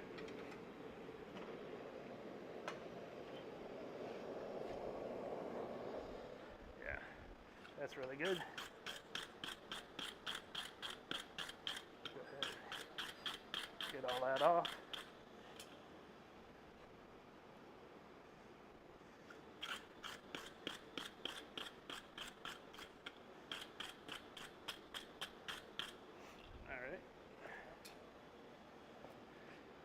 Flex it. No,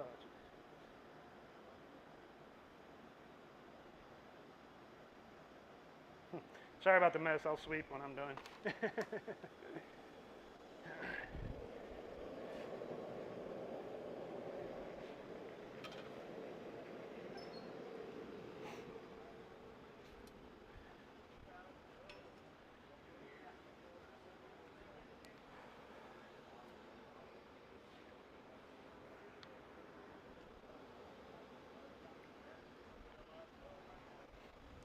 Getting there.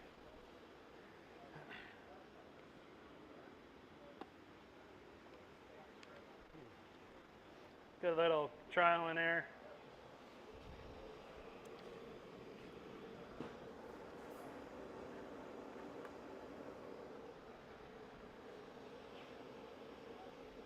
Thank you.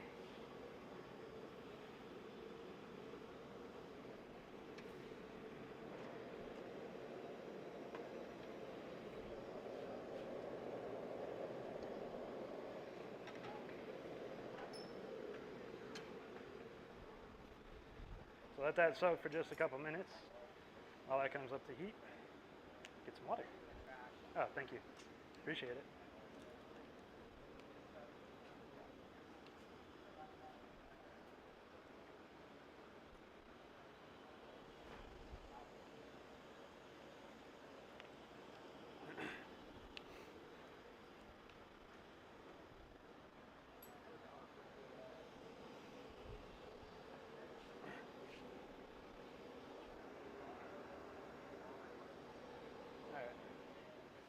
Try that. Oh, this isn't.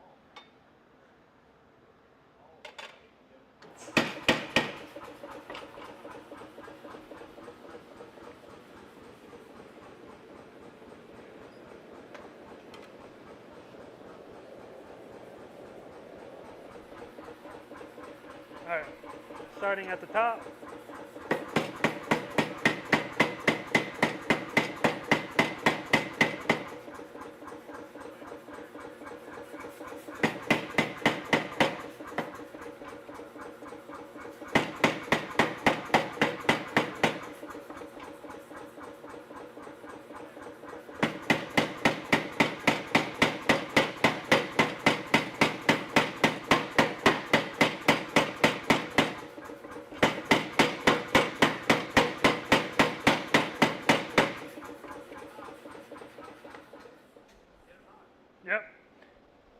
I was trying to get that last little bit flat.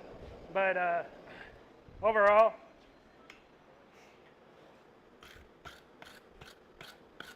it's looking a lot better. You can kind of see a little bit of a shadow in there. But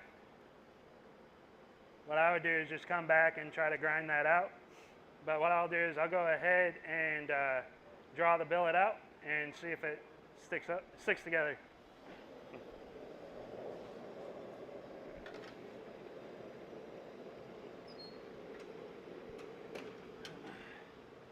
So again, this we're going to do it at a welding heat. And we're not going to try to make big moves, but we're just going to massage that out. And I'll leave it a little bit thick too, so if that little line's in there, it'll give you enough to kind of grind that out.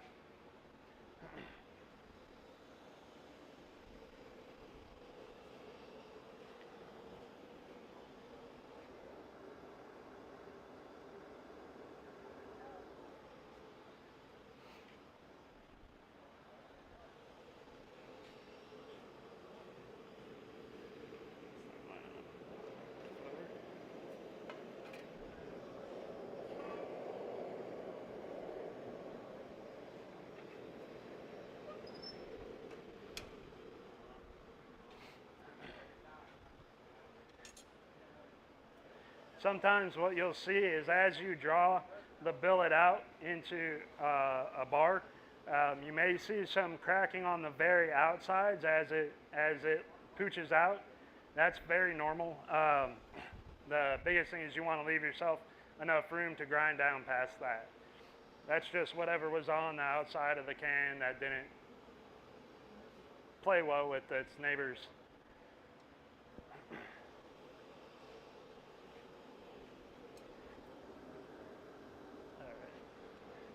Flip it one more time and then we'll be ready to forge it out.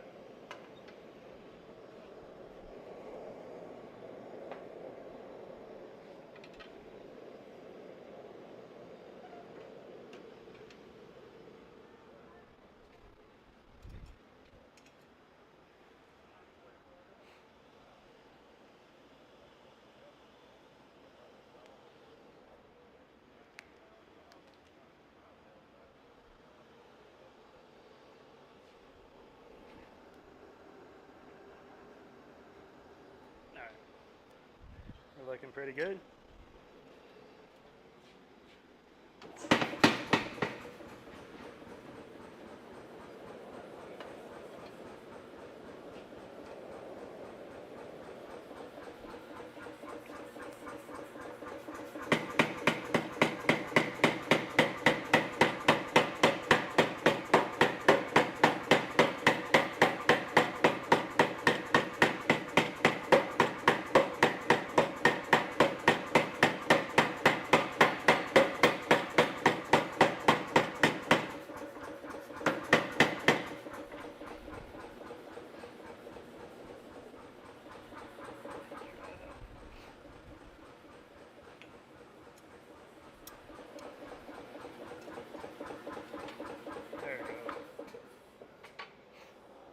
All right, so that one does not want to close up a bit.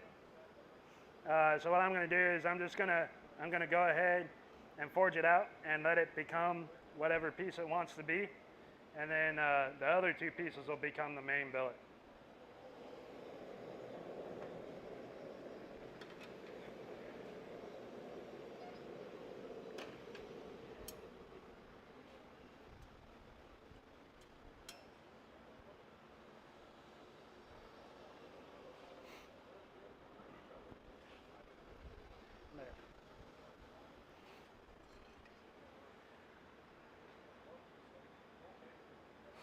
Yeah, so what I was seeing is that little like hairline crack.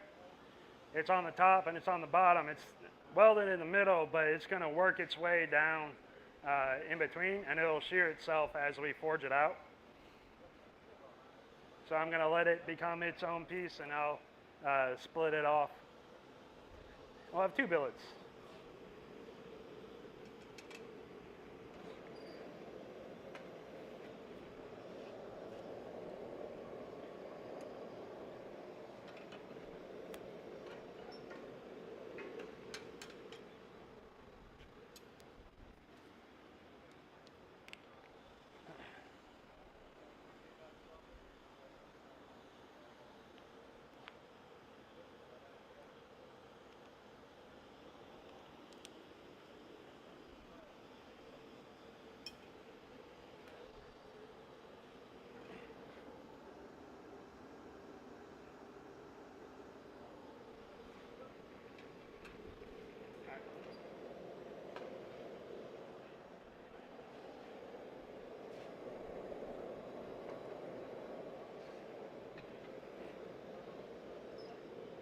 going to try to keep it hot as I pull it out, just to try to keep what is there together.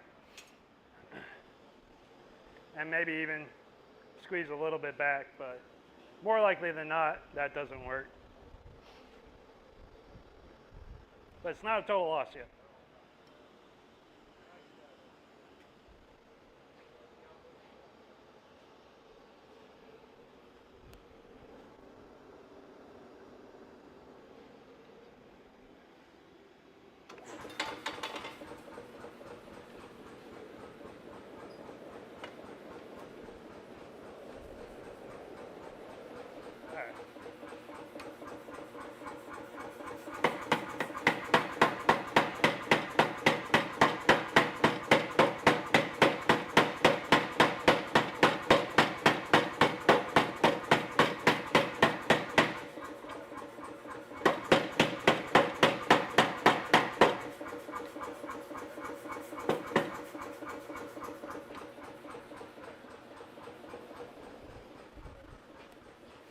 So you can see it split right there. See if I can't knock that off.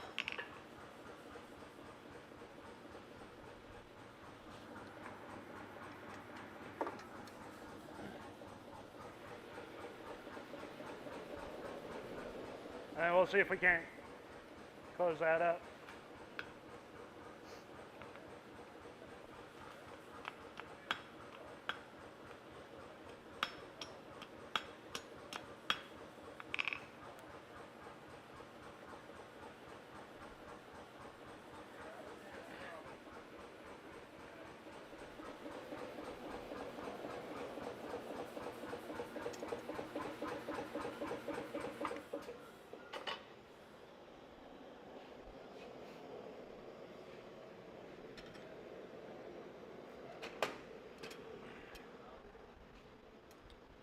All right, so we'll forge those separately. Try to square them up and get them into a bar.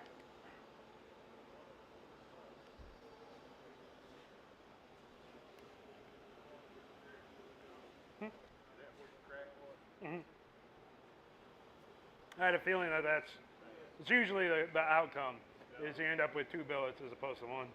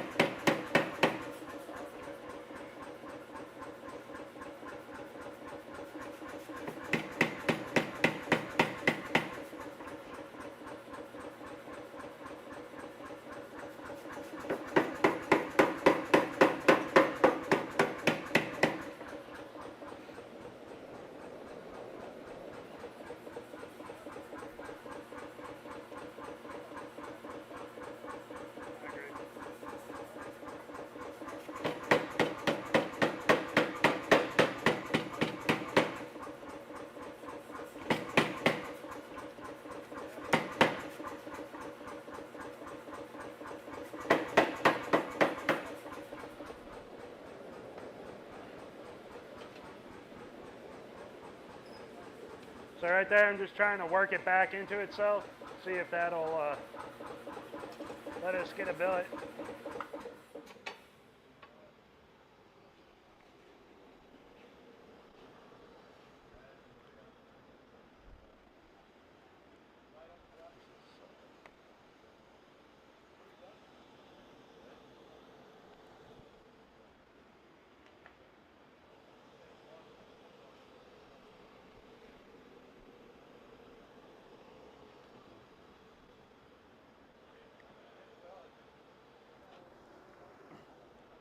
So again, I'm just trying to keep this at welding heat as much as possible.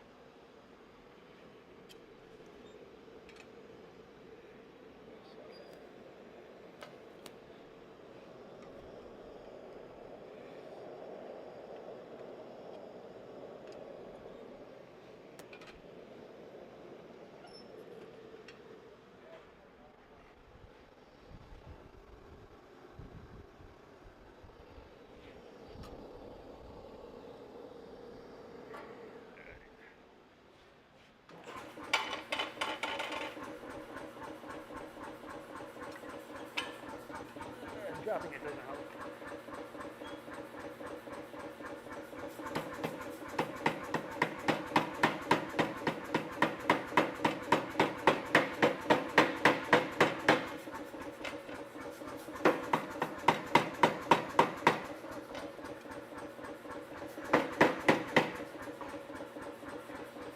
Great.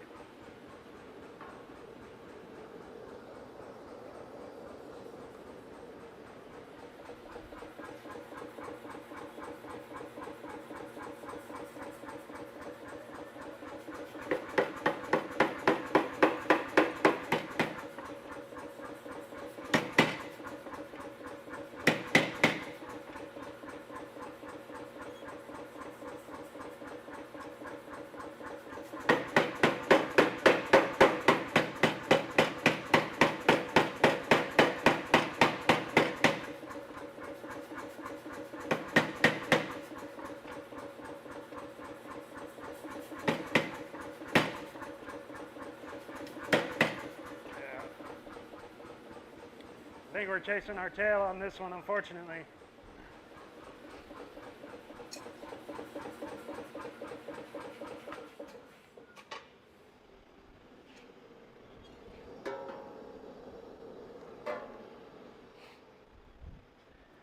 So this one might be able to get cleaned up, but what you need to do is grind through all of the extra stuff, because what's happening is cold shuts essentially.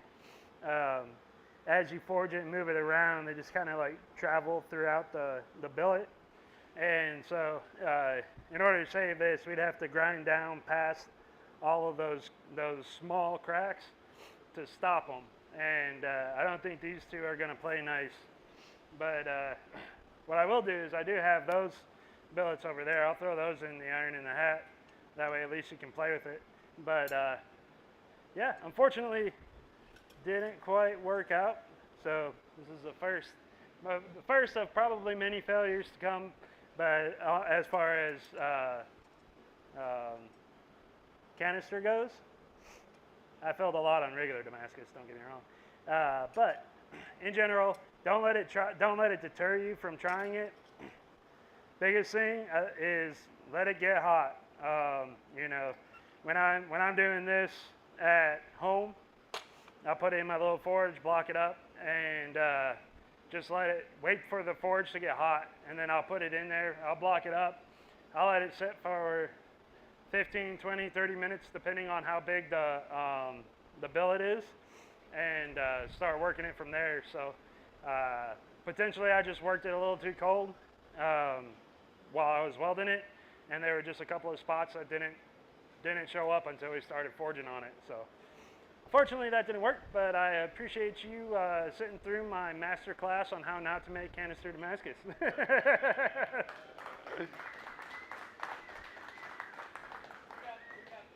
Yeah. More heat. But these are two canister billets. One of them is made with 1/4-inch ball bearings. The other is made with the same 1/8 ball bearings that we used here. So exact same steel as this.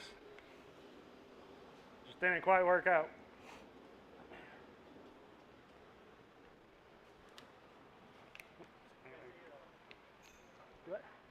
Oh, sorry.